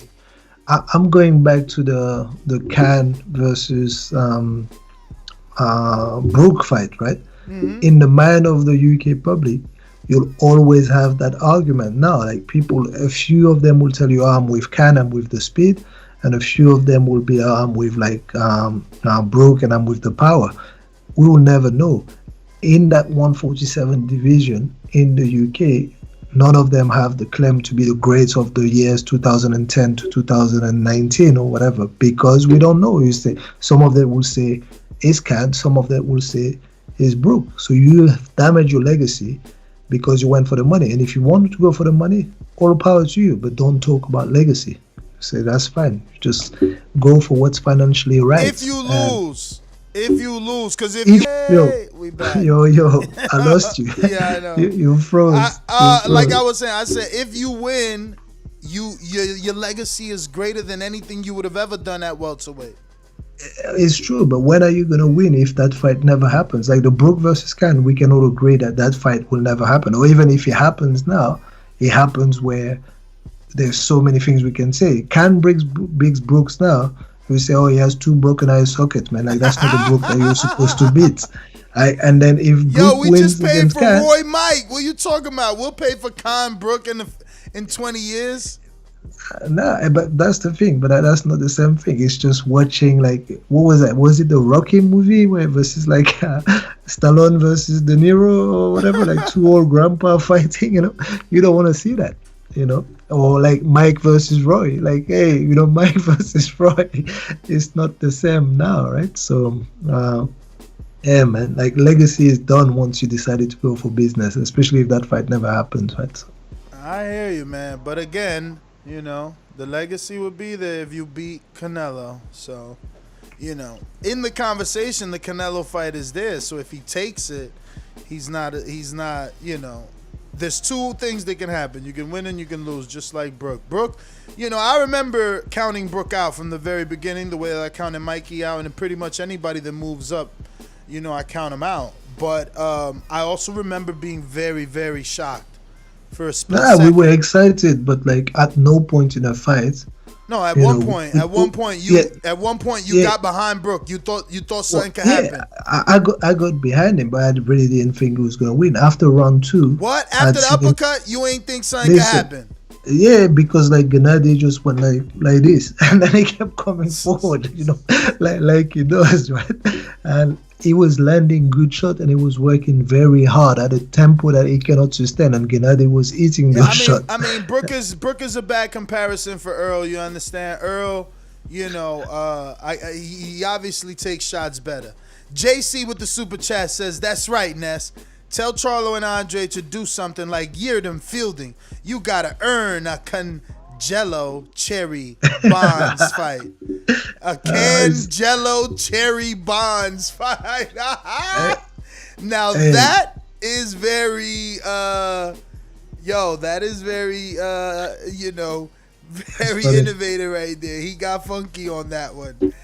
But if you listen to that Brian Costa interview, and if you listen to Gary Russell Jr., right, Gary Russell will tell you your mandatory is the next best man, right? So Yildirim, if he's the mandatory, is the next best man. But, listen, he got there. How else did he get there? That was one thing that, I kind of like, you agree with conceptually, but we all know how the mandatory works sometimes and all that. So I don't know, man. So. Yeah, listen, that's what I mean. If we were all just fair and kept the same energy, we would be good, because the truth of the matter is, somehow Kavalaskis was a great mandatory, and he was coming off of a draw that people thought he lost. So people are saying Yildirim's coming off a loss where people actually thought he won. That's why the WBC put him in this position, because the outcome was a wrong outcome. Darrell? Yeah, I think it was against Darrell. It was a bad outcome. Yeah. But he did lose to Chris Eubank Jr. too. Yeah, by knockout in the World Boxing Super Series, and that's more pressure for Canelo to do better, man. Because Eubank, he put him to sleep. That shit was real. That was, it's going to be hard to do that again. That was almost like the Khan knockout from Canelo. I was in the 3rd round or something.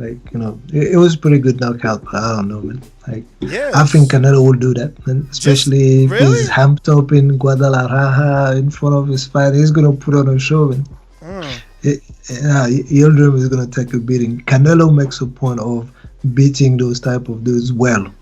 Trust me, it will beat him well, Chistov Chizzy says Yildirim got there by appealing to the WBC. Yeah, because there was a bad decision on his fight with Darrell, I believe, right? Yeah, it was Darrell, yeah.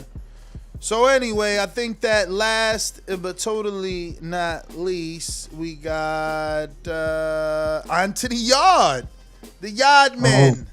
That's the subject. When I saw it there, I don't know, that subject was quite big a few weeks ago, just after he took his loss, right? So yeah, man, as it stands, and I quote from Anthony Yarde, as it stands now, Tunde is my manager. Tunde is my trainer. We've done a fantastic job, but change needs to happen. There's going to be a lot of thinking, a lot of discussions. I won't say I'm going to leave Tunde. I won't say I'm going to stay with Tunde. Why you being so riddly and shit? He could just bring somebody in, though. I think that we need to stop calling for trainers to get fired. 100%. And we need to start calling for trainers to be assisted. Yeah, no, we definitely need to stop calling that out, right? Say, this trainer needs to go or whatever, right? And I've actually had a crazy argument with a friend of mine over this, and in the past, my friend knows that I've not necessarily praising Tunde or anything. I kind of stay quiet about the situation because I'm not so sure about Tunde or how I feel. But I didn't feel good about people asking him to leave Tunde, and I didn't get that because the guy got him to that level. No matter how, and we don't know actually what's going on, right? So same thing that people were talking about, Jay Diaz and all those things. Like, we're not in the gym with those guys. We don't know what they do with those fighters. And in the case of Yarde, the only thing we have to go by is what Tunde says. Tunde says some crazy things in the press which play against him. But I don't actually know if that's what he does in the gym. When he says he doesn't spar or anything, I don't believe that. Yeah, I believe that's it's been impossible. something they talked about for a while, though, that there's only light sparring with Yarde. I believe it's been impossible. Something that they talked about for a long time, bro. Listen, he was trying to, I believe, personally, I think he was trying to make a point to say that you have to preserve a fighter, and whenever you don't have a fight, or a lot of trainers like to talk about, let's keep sparring and have hard sparring and stay sharp and stuff like that. And Tunde was saying that, hey, when there's no need for hard sparring, there's not going to be hard sparring because you want to preserve the brand and stuff like that. So, and that I agree with, but the way he says it in the press plays against him because he goes out and says things, sound bites for the camera almost. Like, that's how I feel, right? Mm-hmm. And people take things literally and they just use that and bash you, or something. I know, I don't think it's Tunde said that, right? But Tunde said he has a book where he writes all the combinations. So he has a massive book with loads of combinations. That may be true, but at the same time, I don't believe that he goes out with his book and he pulls out the combination and he works on that with Yarde, right? I think he just worked out a system that works for him. The same system that Mayweather uses with Roger and all those things, but slightly tweaked. But the way he says things, that's how he gets bashed, But I'm actually happy with what Yarde is saying, though. Yarde is saying that. Bruh, let me tell you something. The only fighter that hasn't lost doing that pad work is Gervonta Davis and Floyd Mayweather. Any other fighter that has clips on their social media doing the million punch combinations, they all took losses. But do you think that's all they do, though? That serves a purpose. That serves a purpose. I don't think that's all they do. Yeah, that it serves a purpose for cardio. No, that serves two purposes, actually, or two or three, multiple purposes. It serves a purpose for creating hype on social media, number one. At the end of your session, or at the end of your session, you might have done a nice, proper session with a lot of fundamentals being worked on, but at the end of the session you want to keep your fighter happy and do something that makes them feel good and all that. You do that, and you also just take a clip. You think what attracts people, someone who breaks down the science of the punches versus someone who does the nice flashy pad work, right? So that is one of the purpose. But he also just works on your reflexes, man. Reflexes are good, and muscle memory. That's another aspect of it. I don't know, man. But Yarde is saying that basically I can't keep doing exactly the same thing and not make any type of changes and expect the same outcome. I want to have something done slightly different. And it could be that it's with Tunde. It doesn't mean that he's going to get rid of Tunde. He's just going to work on the different things with Tunde, or he's going to bring in other trainers, which I believe Tunde is open to. So, bruh, I promise you, I don't know if it's my bias because Xavier looked us out and he listens to the show, but I was going to recommend Xavier Miller. And if not, I think his style, the way, his demeanor, his character would fit good with Roy. I don't know if that's going to translate to him fighting good. Because Roy Jones? Yeah, because Roy, I don't know any winning fighter Roy has other than Eubank, who's not really his fighter. Yeah. And that would also mean moving out camp to America. No, he's got to go. Florida. He's got to. Listen to me. These dudes that run their camp, they got to go somewhere else. You can't be in a camp where you don't spar. In London. You got to go to a camp where where they gonna tell you who you spar with and how But many do rounds. you believe that he doesn't spar, though? Or I only gonna... believe that he does exactly what they show us. You know, his big guy gets in there with the stomach pad and he throws punches at him, and you know he's blocking. Cause you know what, you are getting a workout. Like I would do that. I would do that because I like but to you work don't on get stamina. timing. You don't get like a lot I of hear things. you. I am sure that he spars. I don't know for sure because Tunde hasn't come and told us, hey, Why it is would there be not one crazy if he video? doesn't Let me spar. ask you something. Why is there not one video of him? Who shows sparring? Who shows sparring? Like, you know, like No. out there? Listen, you don't have to show sparring to. Canelo don't show sparring, and we see him with headgear on with his fucking spar. Like this dude don't never got headgear on. Hey, I don't know that for sure. Like, cause you know, that may be a nice narrative type of thing.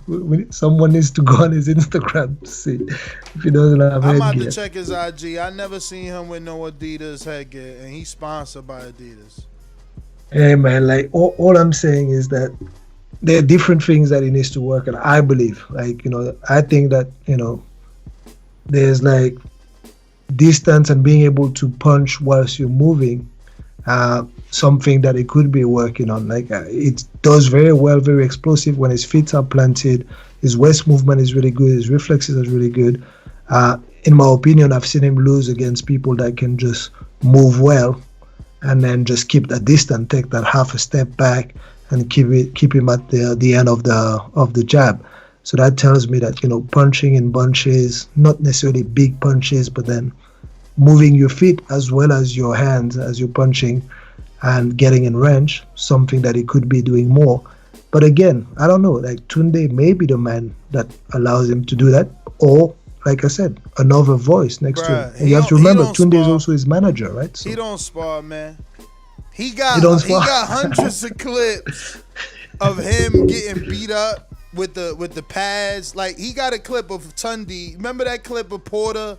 Who was it? Sean Porter hitting Ken Porter to the body. So he got the same shit with Tunde, and Tunde got the pads on still. So Sean Porter don't spar? He does that? He only does that? No. That's not what I mean, man. That's not what I mean. But whatever. Hey, but listen. that's what I'm saying. I don't never believe seen that a fighter not post one headgear shot. Give me but one headgear shot. Hey, forget that, right? Because, you know, that we're never going to know unless we have him in front of us, or we have Tunde and we say, hey, Tunde, please clear that up for the public. Does he or does he not spar, or something with Yarde, right?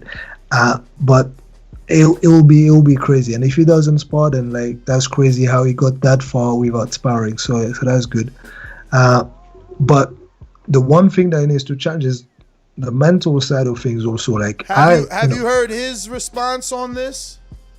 What, on the mental side of things, of just not accepting that, you know, sparring. On sparring? No, I've never heard his response. Oh really? I found it. It was on his IG. Oh. Let me see. Come on, tell us.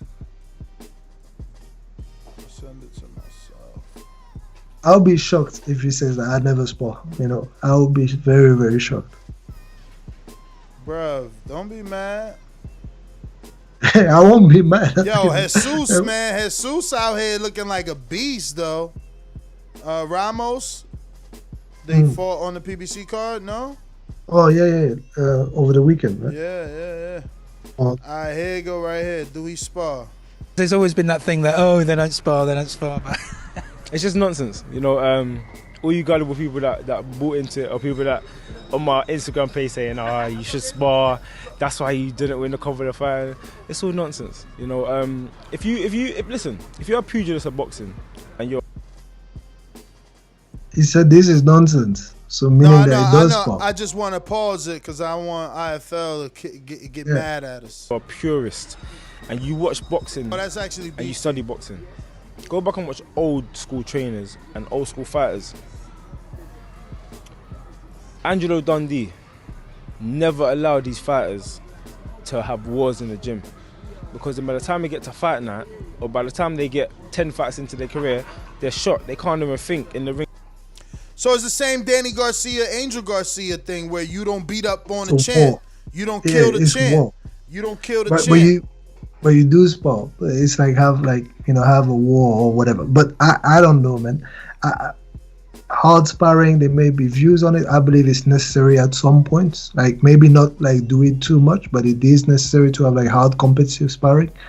And again, I don't know. He's saying it like that he doesn't have war, so I guess we have to believe him that he doesn't have hard competitive sparring, but he has like some sparring though. Well, But I think he just needs to accept that a few things. I didn't like the way he took the loss to Lyndon Arthur. Like they kind of like refused to accept that he was a loss. Like, and I get it from a competitor standpoint, but it seems to me that he's sat down and he reviewed the fights and whatever. Maybe he still believes that he won, but at least he feels that he needs to make some changes, and I respect that. And the change, like I said, doesn't have to be sacking your manager or your trainer. Maybe bring different voices in, or talk honestly about what else you want to do or what else you need to work on, right? And let's see, man. More to come, I guess. Naja sent the link of him sparring, There you go. and it's like you said, it's not hard sparring. They laughing, man. He's playing. It's fake. Yeah, it's what you show, right? Like who, unless like the video is leaked, who shows like hard sparring, right? So This shit is bogus. Why would you send this, Naja? What the fuck? This like this but beyond. maybe this she wanted to beyond show you bogus. he's got headgear on. Bro, this beyond. First of all, whoever this dude is a dude off the street, like one of his mates, who he just gonna fuck with. Like, Listen, like, he ain't even gonna hit this dude. He gonna not let the dude hit him. the only thing I would say is like the hate that Tunde gets is the way he presents himself, and but I don't believe that everything he says is that though. It's the way he presents himself to the public and to the camera. Maybe he feels that he needs to do extra to get some extra recognition because you don't get it naturally, but I don't know. I think he brings on more heads on himself than anything else. Yeah? So She tripping. She said I wanted to see him in head guard. I'm gonna see you in a head guard. You know I found the fight for you. Your people still in contact. My people. What's up? I got an Alaskan ready to come over here Eskimo style and put it on you. Just saying. Nah, but she's not ready for you, I don't think. oh, Naja is not ready for her. No. I think the Alaskan isn't. You know, Naja got fights, man. Naja out here really fighting, man. Oh, when was the last time she trained? Who, Naja? You submitted that footage the other day, a couple weeks ago, man. She was out there looking sharp on the pads. Couple of weeks. I don't know, man. I don't think I've seen her in the gym. And for muscle a couple of memory weeks. though. Muscle memory. You know, if she gets back in the gym in a week, she'll be right back. Oh yeah. Hey, we make sure we don't get too many hard sparring sessions for her. She'll be right. Yeah, no, but like, yeah, I mean that's pretty much all I've got on that Tunde thing. I think people are overly critical on him and calling for heads when we know nothing about the situation, what they do on a day in, day out. But the fact that they acknowledge the changes needed is a good thing, I think. Yo, that sparring she sent me is just as worthless as my sparring with Porter. You understand? It was that. Hey, it was like some reality shit. Like, come on. Hey, but like, hey, let's be real though. When you were in there with Porter, like mentally. No, yeah, for me, it was everything, right? But not for him. For me, it was everything. For me, it was like, oh my god, you know what I'm saying? But for him, it was nothing till I hit his ass with that right hand, and he felt that power of young Ali. You know what I'm saying? Then you see he turned it up. He had to turn it up. He was like, hold on. I was like, yo, let me take this dive real quick before shit get ugly. Yeah. Damn, yo, how many Pacquiao Adrian Broner has 17 million views on YouTube? Jesus Christ. See, this is why I don't understand why they can't just do straight to YouTube. They have to find a way to get a better deal with YouTube, like promoters, not networks. Obviously, for the network, it doesn't make sense because they want us on terrestrial television. But for millennials, why aren't the the promoters trying to like 17 million in 11 months?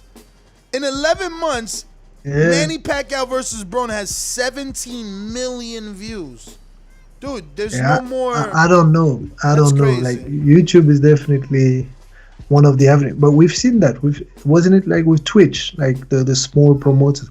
Definitely, the small promoters are already starting to do that more, right? So hell yeah! Shout out to IFL. They had the IFL, the MTK Global Fights. The MTK. So, they got 22,000 views on the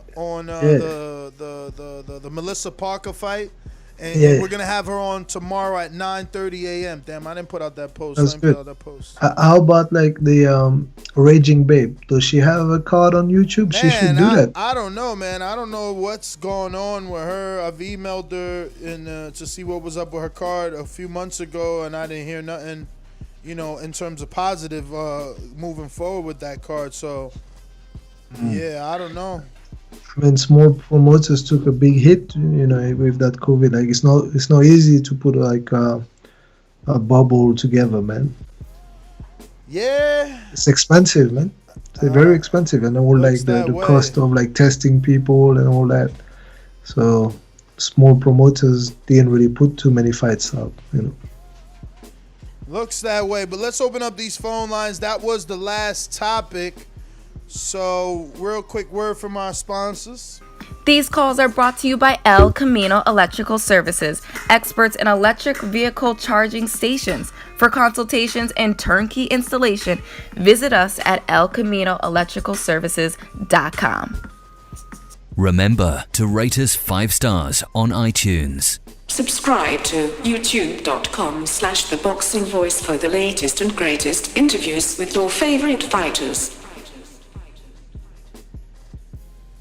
All right, let me go on out to.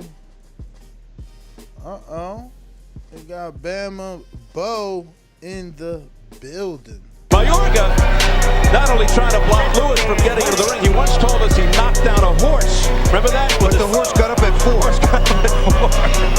And he did it with his left. The president-elect of Costa Rica guaranteed him $100,000 if his promise comes true of 3 or less. Promoter Don King said he's throwing a Corvette. He says that he would like to thank God and Don King for this opportunity that he can go forward with his family and progress from poverty, Bo, what up? Call you not available. Yo, that intro is good. I never heard it. Like I was he just knocked about out to a say horse, that. and the horse came out. Can you hear me now? I hear you, brother. What's here? All right, bet. Shout out to Tabo, Riddick, Bo Mack, and Bo Jackson. I'm at the house right now, get my workout in. I want to be able to give Stainless some good hard sparring prior to his fight with Francis. If Stainless can whoop me, he can whoop Francis. And I'm sticking to that. But yeah, the Ryan Garcia, I feel like he gonna show out versus Luke Campbell. He training with who I consider to be top 3 trainers in boxing, and that's what's Canelo and them train? Man, his name slipped me. Eddie Reynoso. Eddie Reynoso, know what I'm saying? With Frank Sanchez, Canelo, Ryan Garcia, hopefully Andy as well, Ruiz, know what I'm saying? I'll be with him. That's one of the best trainers in boxing, and he gonna show out against Luke Campbell for sure. On the Bud versus Errol, you said Bud ain't fought nobody, man, and I just wanted to look at some stats for myself, and I seen some things that stood out to me. Spence, Porter, and Crawford have fought 4 of the top 25 147 pounders currently, like current top 25 147 pounders. Out of the 4 that Spence fought, only one of them started at 47. And he only stopped one of them. Porter fought 4. He ain't stopped none of them, and he lost to 1. Crawford fought 4 of them and stopped all of them. And 3 out of the 4 fought at heavier weights as well. And one of the guys that Crawford stopped at 47, is top 25 at a heavier weight currently, and 2 of the fighters that Crawford stopped are still at 140, are in top 25 as also. So Crawford has stopped like 8 top 25 boxers currently. You know, like stop them all. I'm just saying, man. You say fight good. somebody, he has fought somebody, in my opinion. It sounds good when you call everybody guy, and they all sound equal. But when you put names, top 25. When you put names on those people you're speaking of, and then compare them again to the other names on the resumes of the other people you were speaking of, it won't sound as sexy as this little. The bias comes in when you say the names. The bias comes in when you say the names, in my opinion. Who you like the most, who you favor the most. Names mean something. You didn't become a name without fighting nobody. I'll say, so one of the top 25 fighters that Spence fought was Mikey Garcia, who didn't start at 47. And I'm giving him credit for that, though. Just like I give Amir Khan credit on Crawford's resume. Listen to me. He was an active pound-for-pound fighter.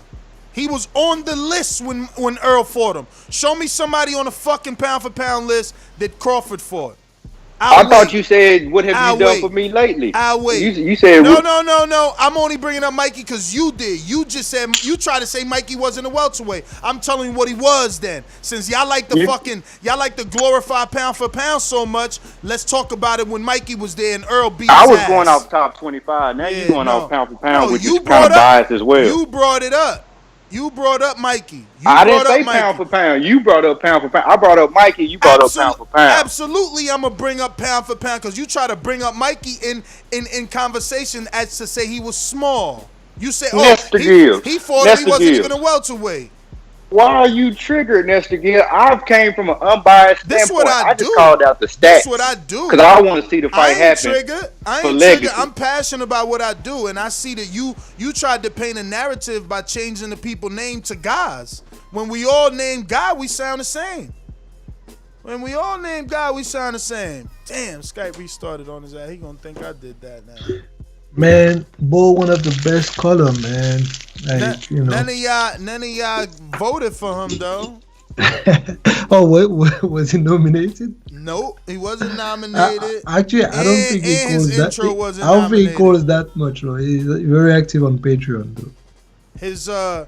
His intro wasn't nominated neither. Steve got mad.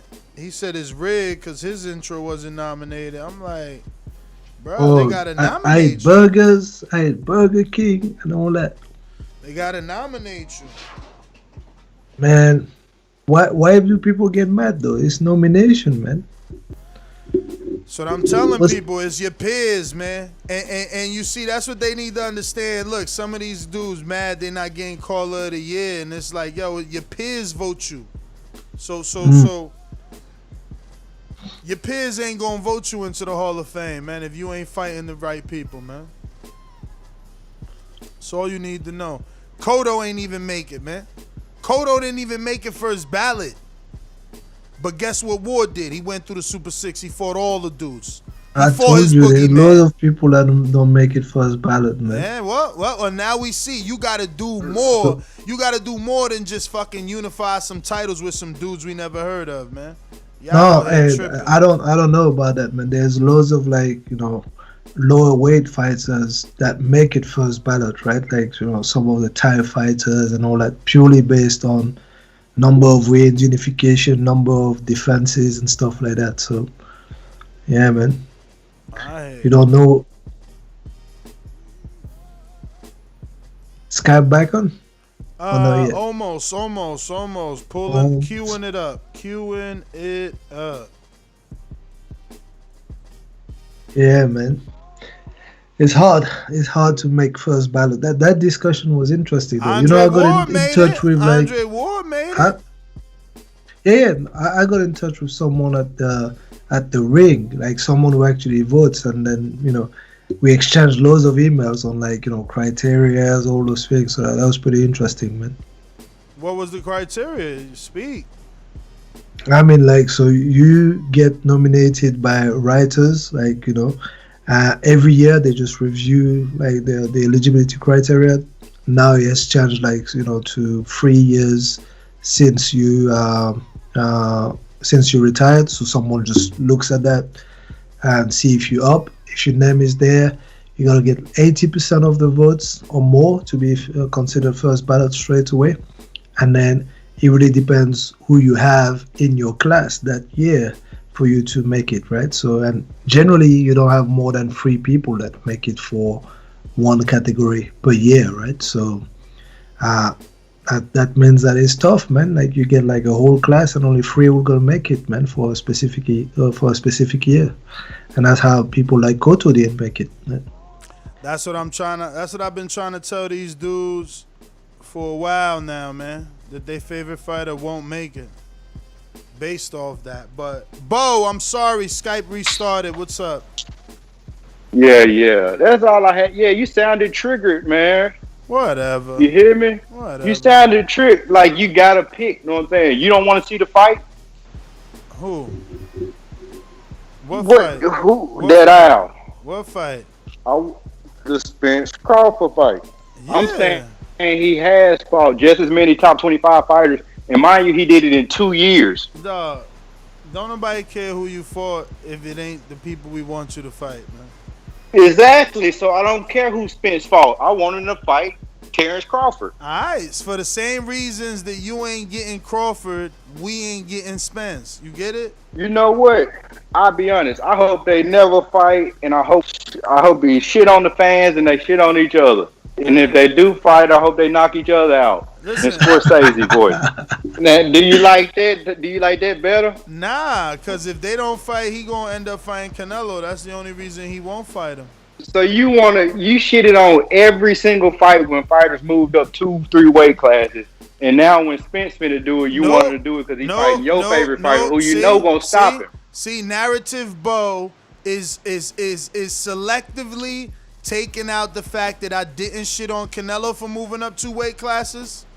I believe that's your favorite fighter. You excluding him. I believe everyone else who's done it. No, it's certain. That's fighters, why you and Spence not even getting along it's due to the fact that you fighters. shitted on a fighter doing exactly what you want him to do. It's certain fighters that you believe can do it, and certain that you don't. That's it. I knew Kelvin couldn't do it. Did you know I listened to a show from years ago, yesterday, when Chris Algieri and Errol Spence was about to fight? You running out of time, man. A lot of people pick. Yeah, I bet I'm running out of time. Do you know who you picked, don't you? I probably pick Errol. I'll probably pick Errol. Yeah. Okay, I'll let you. Who else I'm gonna pick in an Algieri fight? You picked Algieri. That's probably why he stopped talking to me. It's more than one reason he stopped talking. You picked Algieri, but now that he got the money, he can get the Canelo fight. You like the money, Ness. You like the money. I respect that, though. I don't understand why you don't like Broner then. Broner bring the money just like Spence. Algieri was my man. See, we all know Algieri came up the hard way, man. Bro, he had to fight Ruslan Pavatnikov. You like the money. How did you like that, man? Boy, crazy. Yo, I can't even believe he said I picked Algieri, man. I don't remember that shit. Hey, he's gonna clip it. It's possible, man. He said he listened to it. I don't know where that came from, bro. I'm telling you, people set me up. they be changing my voice, man, so these fighters get mad at me.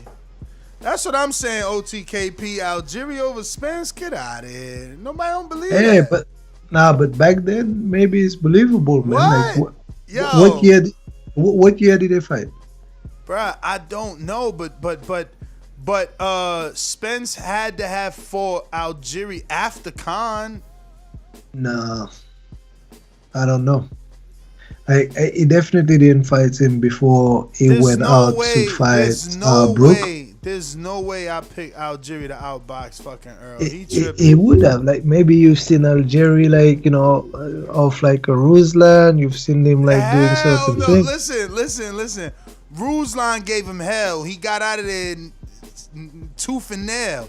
And then Pacquiao dropped him 6 times. Like, the only thing I would have said is that he was going to be durable. And then Earl and then proved, Pacquiao wouldn't stop him. Right? Earl proved that shit wasn't even true. Earl stopped his ass for real. So I don't know. Yeah, That's crazy. it was after Can. He fought him in 2016. I must have not been taking that episode seriously, or Bo is making that shit up. I don't remember that shit. Adrian, what up?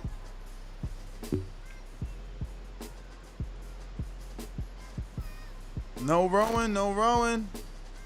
Oh, I'm hearing that. I'm here. Hold on. What up? You hear me? Yeah. I'm in the gym, man. I'm in the gym. Okay. Hold on. So. Meanwhile, Mitty 190 right now. Hey, you know what though? My gym is like 7 blocks from my house, homie. You know what I mean? Like, I ain't got no excuse not to be here. But on top of that, it's all right. Mitty gonna take a couple fights to get back down to his prime fighting shape. I ain't worried about that. I don't know, man. Usyk, he crazy. Wilder will kill him. He don't want no smoke. What was the other topics that y'all was talking about a lot? So, Canelo Yildirim in Mexico and Guadalajara. We got the Errol, Spence, Canelo, Crawford, Porter, Saga, Anthony Yarde, possibly indicating that he possibly is gonna have a new trainer. Well, Yarde needs a new trainer. Porter needs to go ahead and fight Bud. That'd be a great fight no matter what. We're going to see where he's at. That's a great dipstick. I mean, shit, Earl can go up to fight Canelo. I don't think he's going to win. But, go up and grab the check and come back down and take care of 147 then. If that's what you want to be, the big fish with the money, then go ahead and do that. And Yarde, yeah, you definitely need a new trainer. If you want to succeed, if something's not working, you got to change it. And that's just facts. Border Wars 10, I'm in the gym. I'm Ant's in the gym too, so we can have a great fight. Some footage will be coming soon, man. Sideways, man. Make sure you turn your phone landscape. I got you. Hey, my man, send that to me. I got you. I'm going to send it the right way. I got you, bro. It's gonna look slick. Don't worry. I'm going to have it produced real nice throughout the whole thing. I'm going to get a little videographer and everything, okay? All right. Let me go out to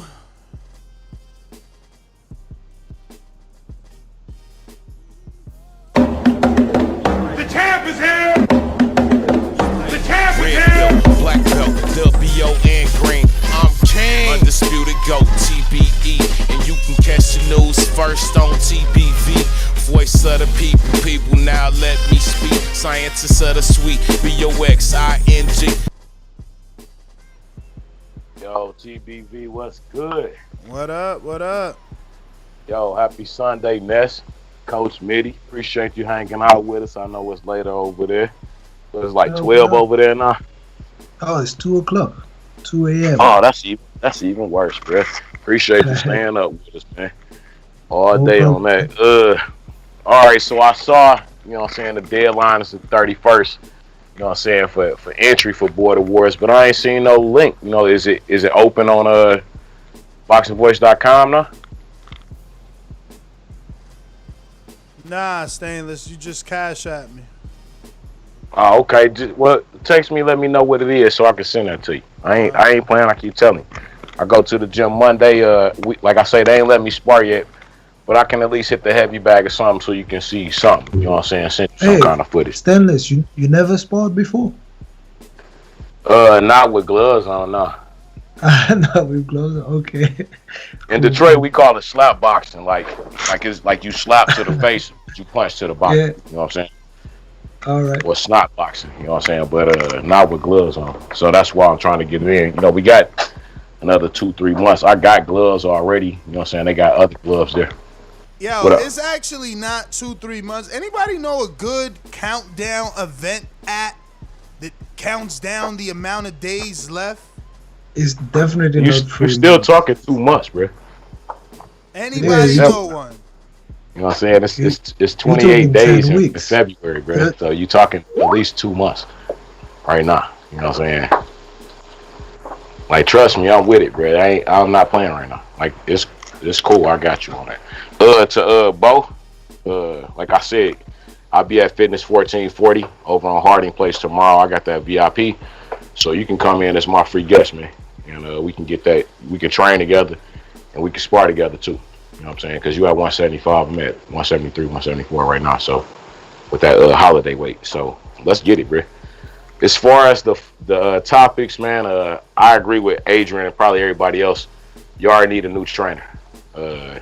He needs somebody with more boxing knowledge, as opposed to an aspiring boxing coach, which is what he got right now. The Yildirim fight, I didn't even remember who Yildirim was, so y'all was talking about that Darrell fight. That's the one where Darrell got cut and they stopped it and went to the scorecards, right? Yep. Like that ain't the fight for Canelo. Look, he's done a lot, man. But we, like most boxers in 2020 had a long enough layoff to be able to come back and do something hard. Like I didn't see where he took a lot of punishment or damage from Smith. So that was no disrespect to the UK, but that was a light touch as far as I'm concerned. You know, it's time to go back in there hard. You know what I'm saying? You the face of boxing, as Ness keep telling us, show us why you the face. You know what I'm saying? And I got to get off, man, because I'm like everybody else. I want to get to the jump. Oh, what you say? Oh. What you say? That Canelo is the face, so he shouldn't be facing you? Nah, I said that you said that he the face, so he should show us why he's the face. Because Yildirim is not so that who's the dude. hard fight? So he didn't. So he didn't Spence, with Callum, is what you're saying? Nah, to me, if I'm being most honest and unbiased in my opinion, I think that Benavidez would be a harder fight than Smith or Charlo. But I would rather see him fight. So you fighting Mitty next then? Because Mitty a harder fight than Francis.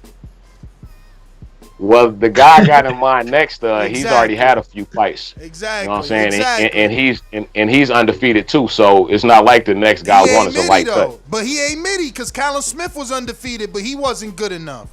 And that's what you need to understand. This is exactly why y'all need border wars.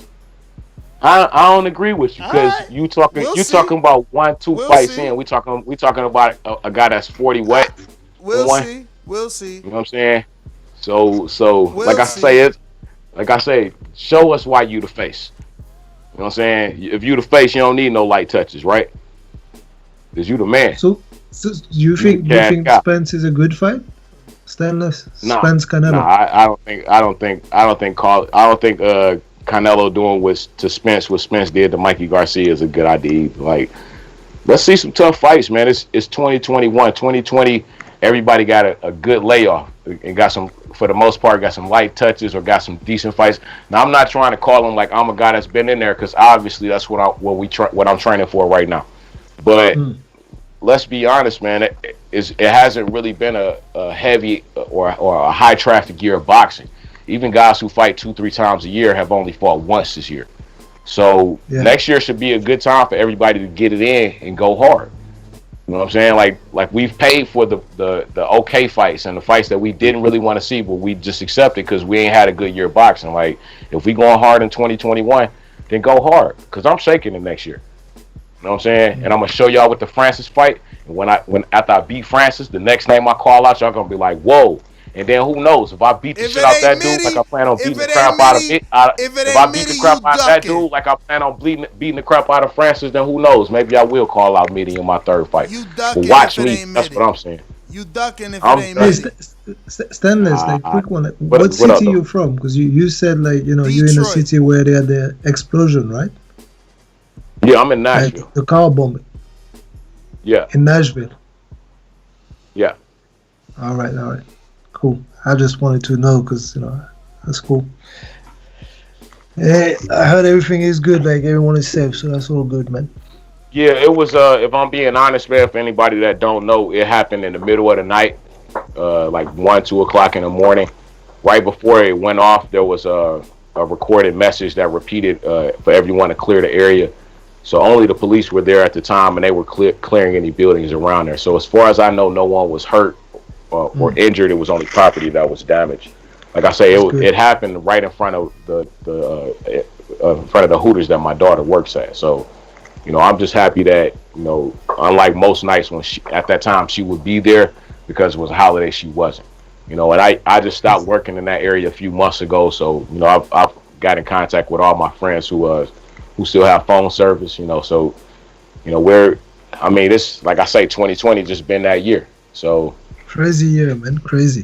Yeah, man, but thank God we all made it, man. And if you listening, as I always say, please make sure you push that thumbs up, share this and every episode of the Boxing Voice podcast.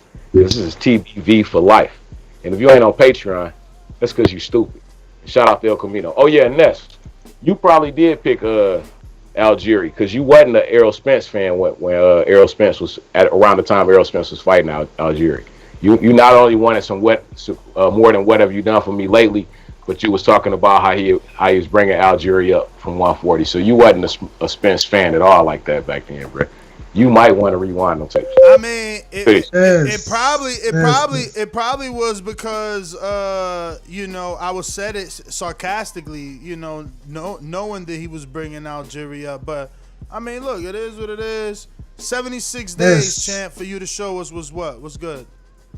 But listen, you were not a Canelo fan before, now you're a Canelo fan. You were not a Spence fan before, now you're a Spence fan. Yeah, What's because going you on? got it. Because I'm consistent. You need to fight people for me to become your fan. I'm not just gonna be fucking your fan because the people tell me to. No, they fought guys to make me change my mind. Yeah, man, they made me change my mind. Just like anybody, man, anybody. If you fight guys, I'm gonna respect it. But 76 days, man, it's a countdown. I just downloaded a free app. It's called Odd Days. 76 days till Border Wars. It's going down. That means you got 8 weeks like any normal fighter, and then you got 16 days to throw on top of that. Okay, so that's pre-camp and then camp. 10 weeks. 10 weeks, man. 10 weeks. Yeah, no, but that's still, you know, the 8 weeks is a normal fighter. You could throw 16 days. Oh, right. You could start right now today, and those first 16 days are just to get loose, you know, shake the rust off. Then you got real 8 weeks. Let's go, champ. True. Let's go. Who we got? Your caller of the year. Is he gonna get it? Get it? You ain't promoting the pose it, man. I'm showing is gonna get it. Like, I don't need to promote it, man. The pose he's showing is gonna get it. Oh, really? He's man. already ahead? Nah. He's way ahead, man. What? Man, just go and check it out. Damn, you need to worry about your caller of the year and promoting your caller of the year. Looking sad over there. Man, you need to promote your guys, man. Nah, listen, I'm gonna tell everybody that if you want to vote for caller of the year, the link will be in the chat section right now. Yo, your man's he is winning. Your man's is winning. Hey yo, can you hear me? Hey, you hear me? Hey, I'm not saying that it makes sense in his calls, but he's a caller of the year, man. Yo, it's funny. Yo, caller of the year over Brandon. Stonebone is a nominee, and that's my nominee. Brandon in Cincinnati is a nominee. King Born, nominee. CYP, nominee. King Amin, nominee. Lids Low in Decatur, Georgia, nominee. This is your peers. Field. This is your peers. You know, they voted you, and it wasn't just one vote. You had to get multiple votes for the same name in order to be on the list. There's no J-Mac in there? No. There's no nomination for J-Mac? There was only one, not more than one. It was just, man. I think, and I think they put him as an honorable mention. I think that was Sam in the UK. Maybe Sam in the UK nominated him, but only one. But I got the link. I'm putting it here. And if I'm wrong, we can redo it, but I don't think I am.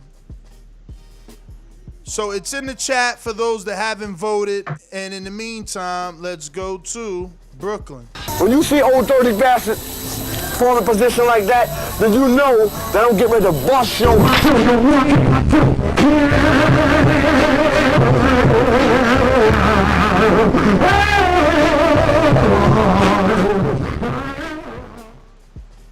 Hey, yo, you hear me? Yo, hear you. We hear you. Yo, listen, man. Let's get to it, man. I'm on some scientific shit tonight. First of all, we gonna talk about the elephant in the room, the steroid man, the man looking like Thor. What the hell going on with Tyson Fury, man? Yo, he ain't. When he fought Wilder before, he was big. Now he on some diesel shit like he just came home after doing 10 joints. Know what I mean? Yo, he got big, y'all. I don't know how this shit gonna go down. Hopefully it could go down in March. Shout out to Border Wars. The regulator, your commentator here. Listen, man. Yo, Yildirim, whatever the hell his name is, get him up out of here. We don't want that, man. Tell Canelo to fight. Fuck it. Tell Canelo to fight Berlanga. Tell Canelo to fight Zerdo Ramirez. We can't forget about the narco dude, man. Zerdo Ramirez. Get him back on the scene. What happened to that man? I missed that man. Get Zerdo back. You heard? Canelo versus Spence versus Crawford. Listen, man. Yo, I want Crawford and Porter, right? And then I don't think Spence ready for Canelo. I think Canelo would destroy Spence, man. Everybody's saying that on the back chat. Shout out to everybody. Usyk is on dust if he think he could beat Wilder. You not beating no Wilder, my man. All that dancing bear shit you be trying to do like JP in Long Beach, it ain't gonna work. You know what I'm saying? Hey, yo, shout out to Border War Stanley. He gonna put a hurting on your man. I feel bad for Frank Bruno Francis, y'all. He gonna put a hurting, man. Shout out to the UK. Shout out to Carlito. Yo, if I get this nest, I need 2 shirts and I need 2 water bottles. You heard? I need that nest, or it's gonna be boom by yay nest. Peace. Yo, talking about you got stainless and he putting a hurt in. That's just y'all sounded the same when Sony had to fight Tank, man. I want y'all to have that same energy when it's time to vote, because it's time to vote on Fight of the Year, Upset of the Year, and Tank deserves those votes, man. Y'all was out here capping for Sony. But let me tell you though, like on the upsets of the year, you said something like none of these guys were upsets. Like all of them were upsets, man. I checked the polls, man. Like all of them were wide upset, man. Matt was supposed to beat Vega. 80%. That's not a lie, man. Roger Mayweather said it best, man. Most people don't know shit about boxing. Let me ask you a question. 80% of them. You, Coach Mitty, who did you have winning the Mofongo Bishop fight? Bishop, I told you, no? All right. And Tank versus Sony, who did you have win? I mean, Tank versus I didn't know either, right? So I didn't have anything. I just abstained from who's doing the other anything. one? Who's the other upset? Vega versus Vega Matt. I knew them both, and I thought Matt would do something. So Vega has like something like 17%, and Matt has got 80%. 80% of the people picked Matt. That's an upset, man. Bruh, 80% of the people pick Matt, but more people even like with Mofongo. The reason the tank to me is a bigger win because his fighter is a person not only that it was a caller frequently, but was attached to multiple people. Multiple other callers. So Chris, nobody knows Chris Vega. He's being known from Border Wars. He's Chris Vega Border Wars. Sony is Sony the Commission, Sony the Back Call, Sony Boxing Bars. You know, now Sony Border Wars. No one knew Tank, but Tank got more votes. Tank got more votes than Vega. And people didn't know him. I don't know how they voted. Yeah, more for him. votes. But was he still the underdog to Sony? Yes or no? He was. Then, so that's what matters. But it was less of an underdog. Less of an underdog, but he was the only one. He was the only one up against a mountain. Everybody No, else was. I'm just saying. Everybody else had keeping an even it matchup. factual. You just try.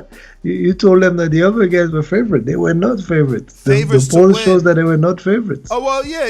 I forgot about Matt. And Vega, but Bishop was a favorite. No, Bishop wasn't a favorite. Mofongo got 80%, something like that. Man, whoever did that shit, man, you got their names. Get their fucking names out, bro. Download that poll. Those dudes are weirdos, man. That's exactly. Yeah. We should I guess, download that but that's shit. what it is. That people, shit should be people downloaded. just don't know. They pick really people they knew, know. and they knew Mofongo. They didn't know Bishop, I guess. And Bishop never submitted footage, so people went for who they know, right? So. Well, we all know that Tank deserves it, and Tank needs to vote. Go and vote. You got to get behind that Danny Garcia story. Y'all counted him out, man. Y'all counted him out. Steve in Chicago. The backcall story is there. Go ahead. Backcall story is what? No, the backcall story. You're right. The backcall was supporting Sonny. That's for sure. Big time. Tank was counted out. He even spoke that he was the underdog on his interview. He's like, man, I seen them. They all picking against me. I'm going to show them. And he played that role better than any other B-side. Like, he lived up. He lived up, man. He talked his shit all throughout, and then he fucking cashed out with a knockout. Now, I get it. People like, the other guys were, like, knocked out. That's not nobody's fault. If Doomy does his job to a T instead of being nice, because he was being nice to Sony. You know what I mean? We wanted to give him an opportunity. He flew out there, he prepared for this. But, if you go to the clock, man, my man got counted out half hour after the knockdown. You know what I'm saying? So, whatever. Steve, Chicago, what up? My town up in K-Town. Hey, Daddy, this is $1 beat. I drink soda, I eat pizza, I hang out with chicks all day. These fighters still can't beat me. They fighting every day, they in the gym every day. Just give me 6 weeks, and I got it. BoxingVoice.com. What's up? Steve, what up? Yo. Yeah, I got a question for you. Can you hear me? Yeah, we got you. Hey, what was the criteria for your nominations? You guys, man. You guys, whoever people voted for, they didn't vote for you. Where was that at? So we put out 2 separate posts. So like for Caller of the Year, we put out Caller of the Year, and we put your nominations below. So whoever they nominated, we took that into consideration with the amount of times either that person was nominated by someone else or that nomination was thumbs up. But yeah, no, the polls are still there too. I mean, not the polls, the posts. I seen votes. I never saw nominations. No, there's nominations too. I'll send you the link in the back chat right now. Yeah, I've seen it. It was out, and I had it out for. I had it out for a long time, over 5 to 7 days, for you guys to decide who was what. Was it 5-7 days? Hell yeah! I'm gonna show you the dates now. Maybe I'm wrong too, cause I don't think it was 5-7 days. Every day is Friday. Let's see. So we gotta go back more. I mean, it's just before Christmas, and then like you put the polls recently, right? So I never saw polls for nominations. No, it was not a poll. It was like a post. Like so, you post, and then you needed to go out and put comments in there and say, "I nominate whoever." Or whatever. Yeah, it was the post for your nomination, and that was on. Oh yeah, Mitty's right. That was Christmas Eve. So it was out for 3 days. Christmas Eve for pound supporter, Caller of the Year. So Caller of the Year, the nominees, and there was quite a few, man. All your contemporaries are there. They just didn't vote for you, Steve. Stop hating. You hating, man. Big Nick voted for Brandon. Big Nick. What? Hold on. I'm talking about the intro. Yo, even the intro. Let me find the intro. Dopest fighter. Let me see. Yeah, how come I didn't get nominated? That's why I'm bringing. Somebody hating on you or not? Somebody didn't appreciate your intro, bro. They have to nominate it. But let me find it. Let me find Yo, it. Steve, I thought Ness was joking. You really, man? Best caller intro. Best caller intro. All right. Let's see. Yeah. No, I thought you put them out. I didn't know you had a poll. I never saw it, and I'm on Patreon. I didn't see it. Nah. I put it out. Oh, so here it goes right here, right? So it's Oh no, that's not it. That's the end of the year. Hold on. Yo, it's like the Trump election recount, man. We need a recount, man. Yeah, we need a recount. So the Border Wars was out. The Border Wars of polls were out since December 21st. Those were out longer. I thought you put that out. I didn't see that out. You didn't. Well, whatever. It's all right. Roy had a lot of haters. It's all right. It's all good. They don't like Floyd, man. They don't like Floyd. You're giving your Border War guys what, 8-10 weeks? Floyd said 6 weeks. I got him. All right. All right, man. No one wants to be TBE. They all want 8 to 10 weeks. Yo, you needed to play some AJ in your intro, man. If you played AJ in your intro, you'd be nominated, man. Yo, that's the thing, man. People forget. They fickle, man.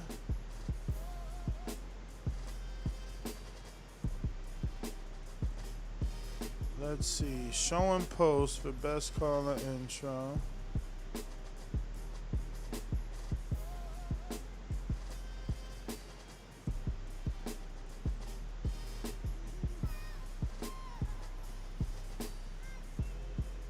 I can't find it, but I'm gonna find it for you, Steve. I mean, I see the poll here.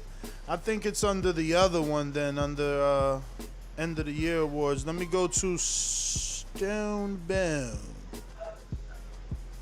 What up? What up? What up? Yeah, Ness. I want to take my ballot, and I'm gonna write in Steve's name on the ballot. You know, I know the election is over, but I'm gonna pull up an old ballot. I'm gonna scratch out Kanye West's name. I'm gonna write Steve.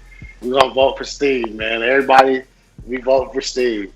But hey, but yeah, man, yeah, and that's when you was talking about it ain't likely for guys to lose purse bids. Like, you should be happy, right? Like the guys who say they want Bud to fight PBC guys, they should be happy that Bob Arum would say he's gonna lose it.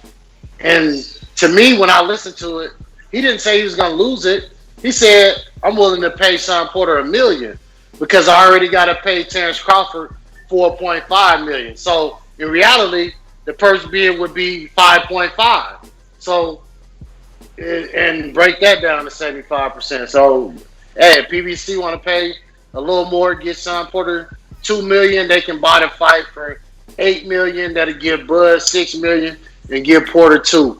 And then we can have the fight on pay-per-view, PBC. Or would you want Sean Porter to negotiate 1 or 2 and we can watch it free on ESPN? Watching you knocked out free on ESPN. And at that time, Wilder was one of the top dogs. And if we look back at that number, the number was so low that a lot of people felt Wilder was disrespected by having to go to Russia. Like that purse bid was like $4 million or something. Like it was like, wow, Wilder had to go all the way to Russia on that loss of a purse bid. And even the Lomachenko purse bid, Top Rank won the rights, but they sold the rights to Showtime because they paid the most for the show. So Top Rank won that bid. That's why Gary Russell got the smaller percentage when they both. The reason Lomachenko got more money is because Top Rank was his representative and they won the purse bid. So their fighter was entitled to the bigger split. And Showtime paid bigger money for the fight, and that's why it aired on Showtime. So it's just, man, I don't really care. Let's get the fight going. Tunde, he's a great talker. He should just be a manager, probably. Bring in somebody, get him some help. The coaching ain't there. Like, the skill, like, all of that posing and, like, Mayweather, like you said, he did that just to get his punch put out. Or, you know, at the end of training where you get on the bag and throw 100 punches and they count you, or just endurance type things that you do to get your heart rate up at the end of a workout. That's what that's for. But if your whole basis is that, you'll never be better than that. A show fighter. You like a lot of that stuff for show. If he had, why the fuck you lying? My bad. I meant to hit. Cut it. Meant to hit cut it. Stainless. Yeah. Oh no, what's up, Mitty? You got something? No, the buttons are close to each other, right? The cut it and the other one. Yeah, it's actually side by side.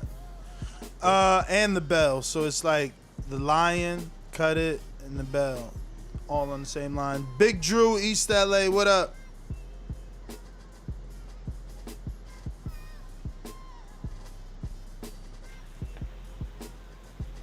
Drew. Big Drew, you there? I got that. Don't tell me I got that wrong.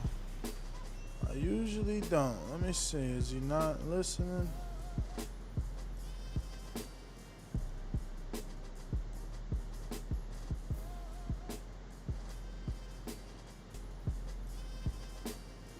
Oh shit, I was wrong. That's Dan. Dan in East LA. What up? I'm just listening us. Oh shit. All right. Well, there you go. Boomerang Stainless, talk to me.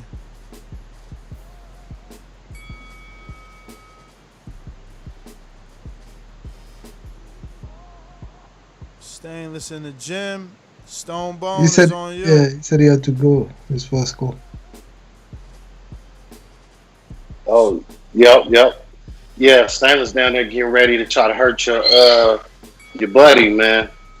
Hey, but I'm not gonna say I don't got really nothing to say about Canelo versus Yarde, because I read the real books. I know what the rule books state.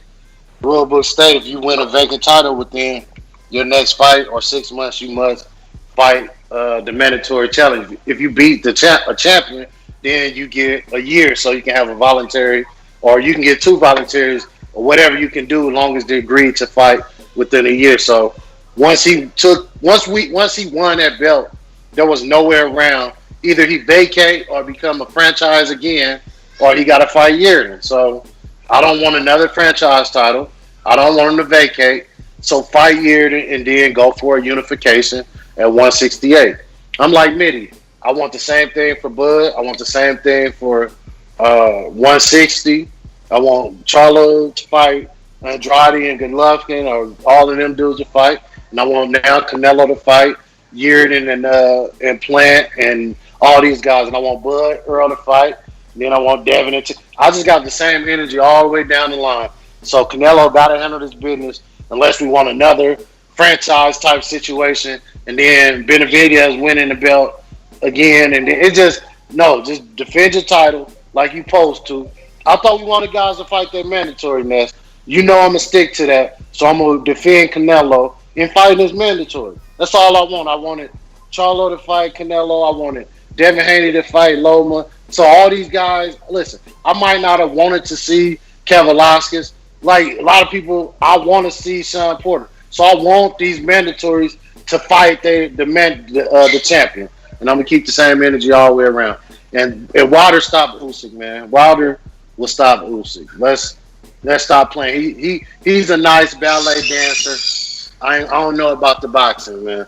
He let old man.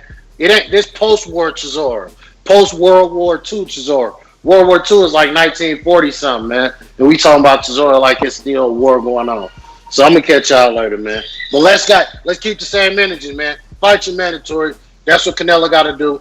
And hey, I've been watching Guadalajara on Narcos Mexico. It's a beautiful city. Maybe it'll be a beautiful backdrop. I'll see y'all tomorrow, man. All right. That is the last caller. Davidian, what up? Yo, what's good? What's good, TBV? What's good, Coach Mitty? And Ness. What up? Not much, just chilling.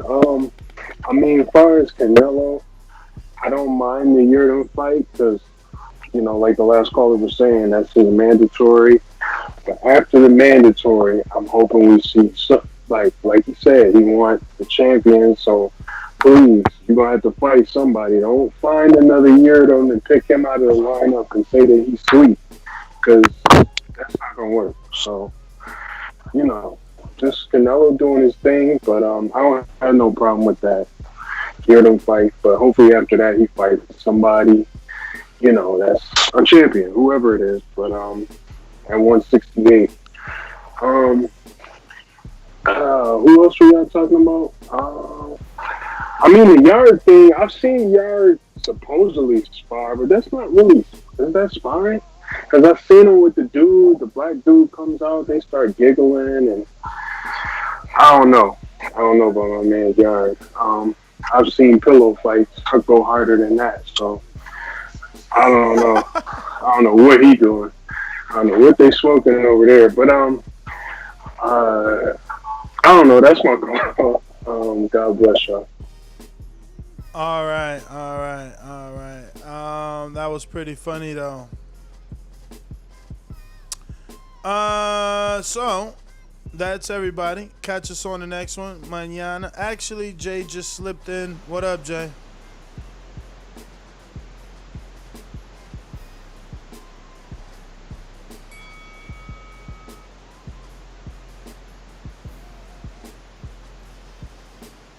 All right. Well, that is everybody. Nest GTO. Catch us on. And there he goes. Hello? What's up? Well, yeah, shit, y'all about to get off. I just want to talk about the Crawford situation with Porter. I don't understand who. Like, is there anybody that don't want to see that fight? What? Has anybody came out? Yeah, has anybody came out like, nah, I don't want that? You know, I think everybody wants that fight. Yeah. But here's the thing though that kind of like troubles me. Crawford's pretty responsive online, you know, whenever something's said about him or, you know, anything that has to do with him. But he hasn't said one thing about Porter online. Whether he wanted it or didn't want it, he's just quiet. And that to me, I don't like that. You know. So that doesn't speak too well to whether we'll see that or not. So that's all I wanted to add. All right, Bo and Bama counterpunch.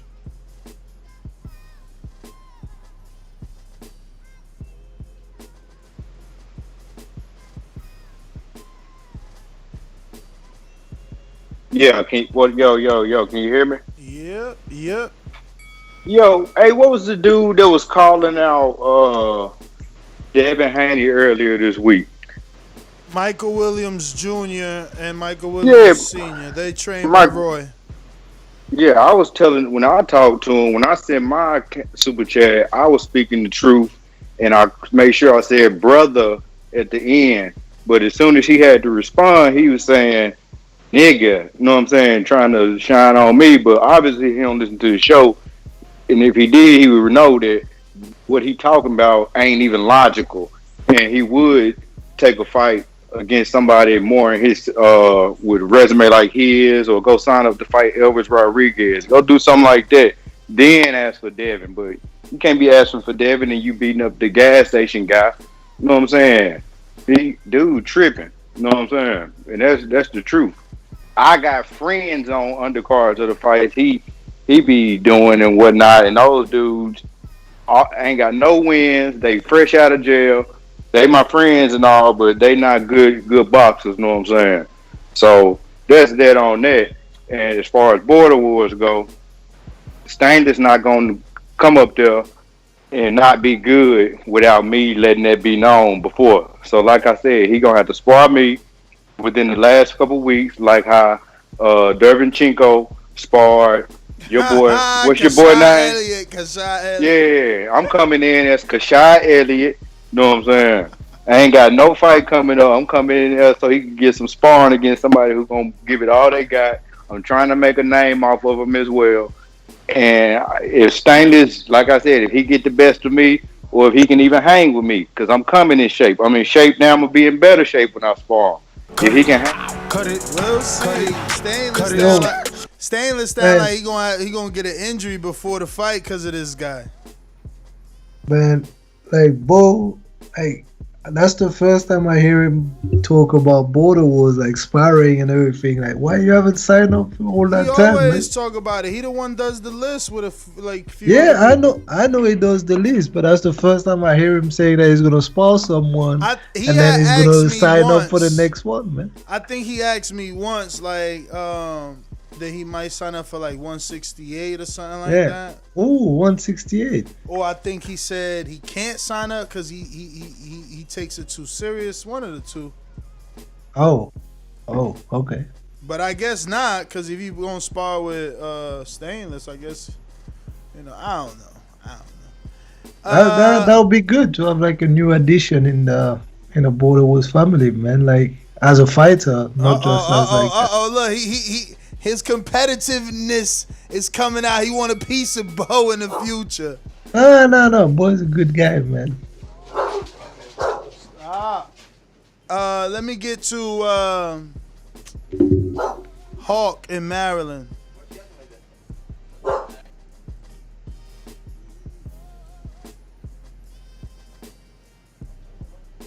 Hawk, you there? You hear me? Yeah, what's up, brother? Ain't too much. How's it going, fellas? So y'all out here on this Sunday. So Canelo already got a fight lined up? Yeah, it's looking like he might fight in February in his hometown and do his mandatory WBC defense. Oh, that guy's a mandatory. Ain't that the guy that Chris Eubanks fought? Yeah. Eubanks. Oh, okay. Yeah, I think Chris knocked him. Yeah, he knocked him out. But I did hear that Bob called Wilder and Lomachenko stupid for having excuses for losing that fight. But he is working on Lomachenko versus Shakur? Who's that guy he just beat? No, the one he just beat him. They're gonna have a rematch in April. They're looking at April. They're gonna pay Teofimo all that money. Teofimo, yeah. That's what they're trying to work on right now. That's what they're saying that Bob working on Lomachenko pressing for that fight. So I was just wondering that, had you heard any more about it? But yep. Nah, nothing yet. I know Shakur want to get his hands on Loma. Oh yeah. No. Right now it looks like they're looking at a rematch. I think they're trying to push it for a pay-per-view too, maybe. Yeah. Yeah. So, but I'll get at you tomorrow. Call you fellas tomorrow, though. Thanks for the show. I appreciate y'all being on, for real. Thank you, brother. Thank you, man. There you have it. And I'm joining tomorrow too. Oh snap! There you go. Yeah. It's coming in as Arthur Hawkins, so you'll know it's me. And do you got Cash App? Yeah, Ness GTO at Ness GTO.